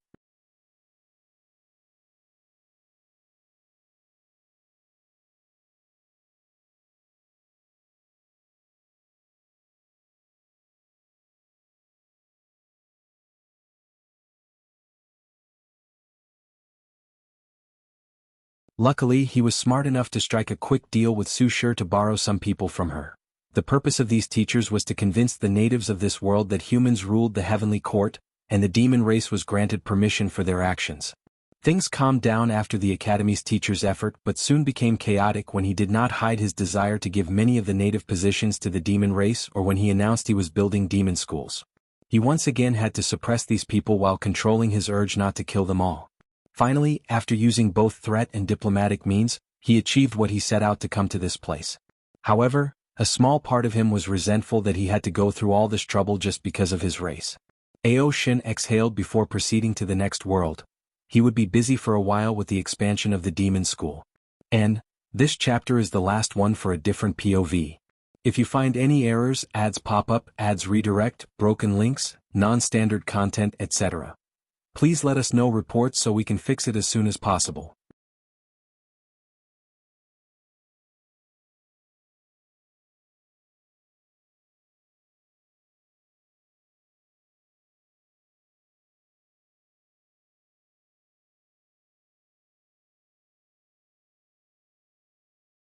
It would be a nightmare to make such an enemy in the current period of his cultivation journey. Should I just ignore the corpse-selling sect? Contemplated Wang Wei. No, they are one of the greatest unstable variables of my era. They must be eliminated. His eyes became firm and no longer wavered in his decision. He returned to his throne and activated a communication array that displayed a screen. And, previously, the commerce hub scaled to a few hundred world communities. I have officially retconned it to a third of the lower dimension, or more than 1,000 world communities. If you find any errors, ads pop up, ads redirect, broken links, non-standard content, etc. Please let us know reports so we can fix it as soon as possible.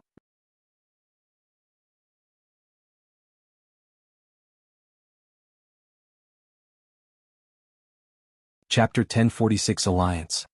Wang Wei looked at Xianxia opposite him and instantly realized she was different. He was not referring to the natural nobility of an emperor, but the fact she no longer had that sense of worry looming over her. How may I address you? I chose the title Karmic Wing Empress, she uttered softly. An excellent and fitting name, he commented. Thank you. I assume the former issue was dealt with? Of course, she replied with a brilliant smile. And I have to thank you for that. I didn't do anything. No, without you lending me the deception inheritance, I would never have a chance to win my battle, Xianxia explained. So I owe you. In that case, I won't be a hypocrite and accept your gratitude. I also have not forgotten my promise, added Xianxia.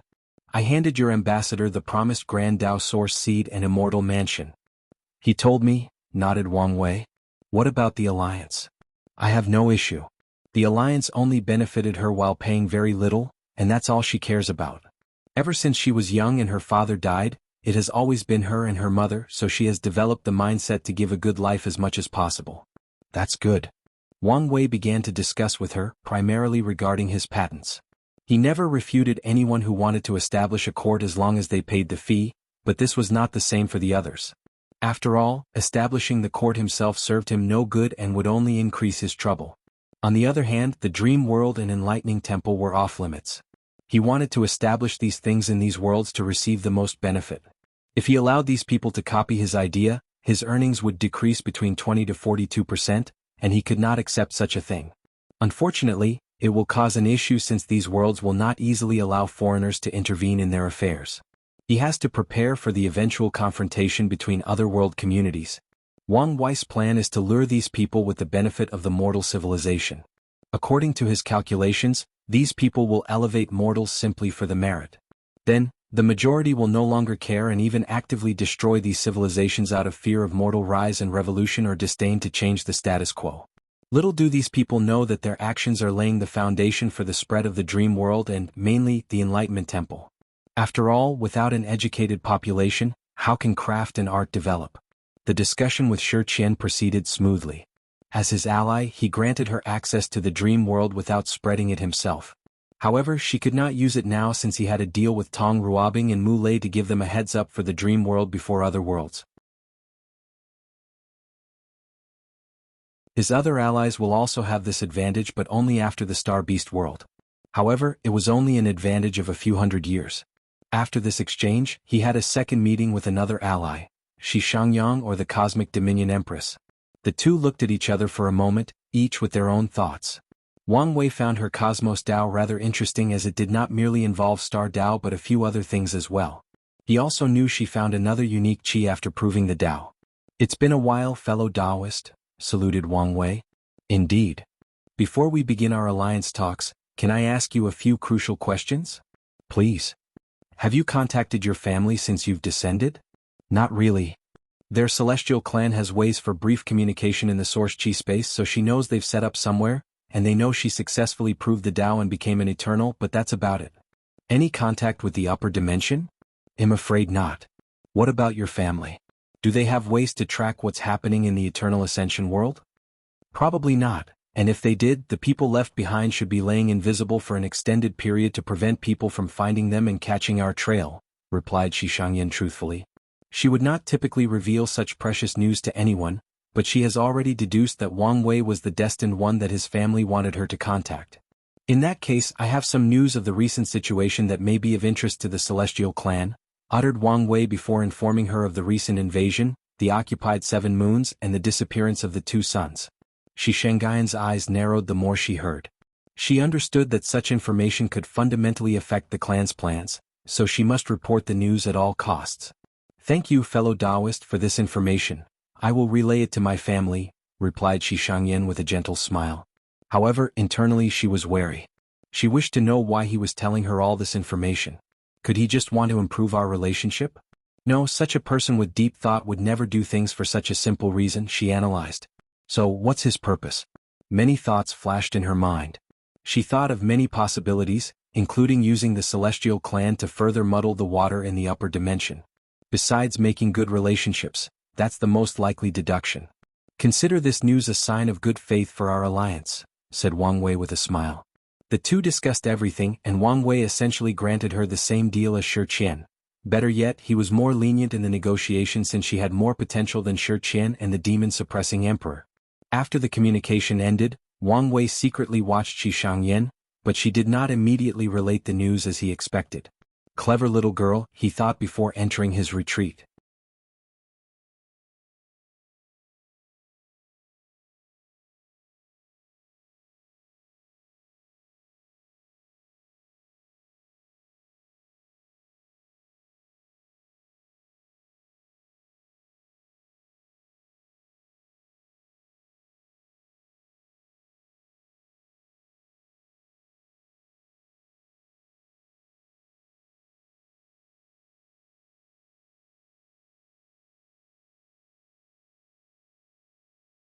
Chapter 1048 Wrath's Journey.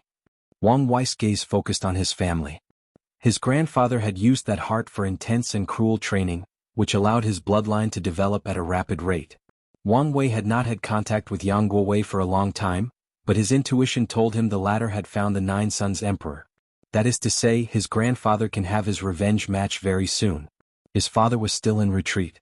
His clones or incarnations in the swordsmanship world had already reached the void-shattering realm, and he was on his way to finish his nine-extremity foundation.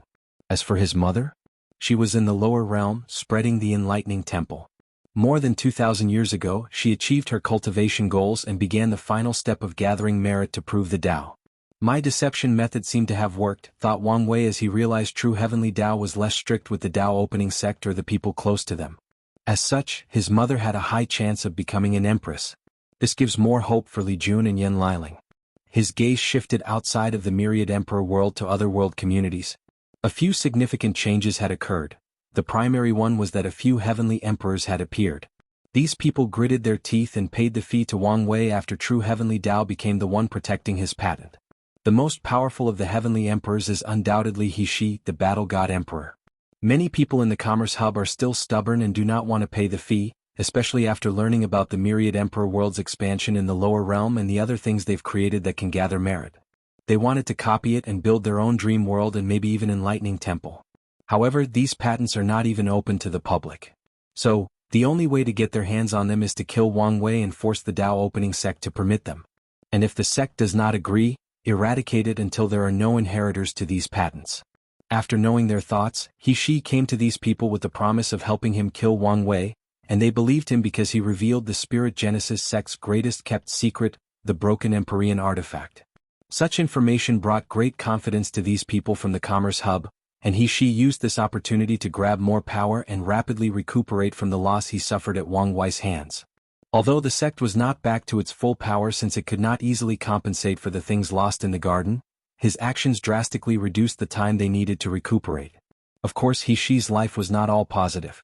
Wang Wei had already planted a bone stuck in his throne in the form of Gao Buqin.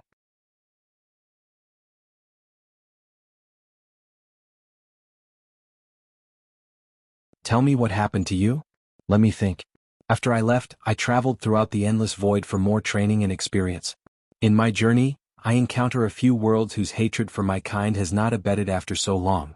These people have raised our devil race in captivity for generations, treating them worse than animals. Wrath did not hide the hatred and anger in her eyes. I saved the ones I could and gave hope to the ones I could not. She sighed with some melancholy. The only good news about that ordeal was that my devil sword absorbed more of our race's resentment, pain and karma, thus increasing its power. After that, I did as you suggested. Use it like a pill to make up for my failed 9-extremity foundation. I achieved 4 root instead of 2 as you predicted. I found a plane called Chaos Bell World with a chaos treasure fused to its core. This world could deploy powerful protection around it in times of emergency and protect it from foreign invasion. I thought it was the perfect place to use as our new home. She looked him in the eyes. You were correct. With the purple merit, true heavenly Tao accepted our new status. We are now the Neo-Devil race. A new race. Yes. With a human bloodline weaved into us, we now also have the ability for good, apathy, and innovation, on top of our natural instinct to absorb negative karma. Wang Wei almost gave her a strange look. The Neo-Devil sounded like humans with a perfect devil race bloodline. However, since true heavenly Tao acknowledged them as a new race, their bloodline would no longer be so simple. What next? I proved the Tao and took the title of Devil Empress. Bold name. Well, I'm prepared for the consequences of that name, replied Wrath. Since then, I have been slowly integrating my kind into the Chaos Bell world. I want to turn it into a place of sanctuary for us. The Chaos Bell world is the perfect place to protect your kind. You only need to watch out for people trying to take it down from the inside. I've made preparations for this possibility. But what next? Asked Wang Wei. You can't expect the Neo-Devil to stay cooped up in their home world forever? Isolation is the best way to protect us, said Wrath. I will try to change the world's view of us before I leave, but if I fail, this method will at least preserve our existence for a few eras. I have a way that may help, added Wang Wei before explaining the dream world to her. Yes, communication and understanding are the best ways to eradicate hatred in generational history. As long as my people interact more with the world and show them their new selves, it's only a matter of time before we can find true acceptance. If you find any errors, ads pop up, ads redirect, broken links, non-standard content, etc., please let us know reports so we can fix it as soon as possible. You're tuning in to the Phantom Sword Chronicles YouTube channel. Don't forget to subscribe and join us on this journey to catch the most captivating stories.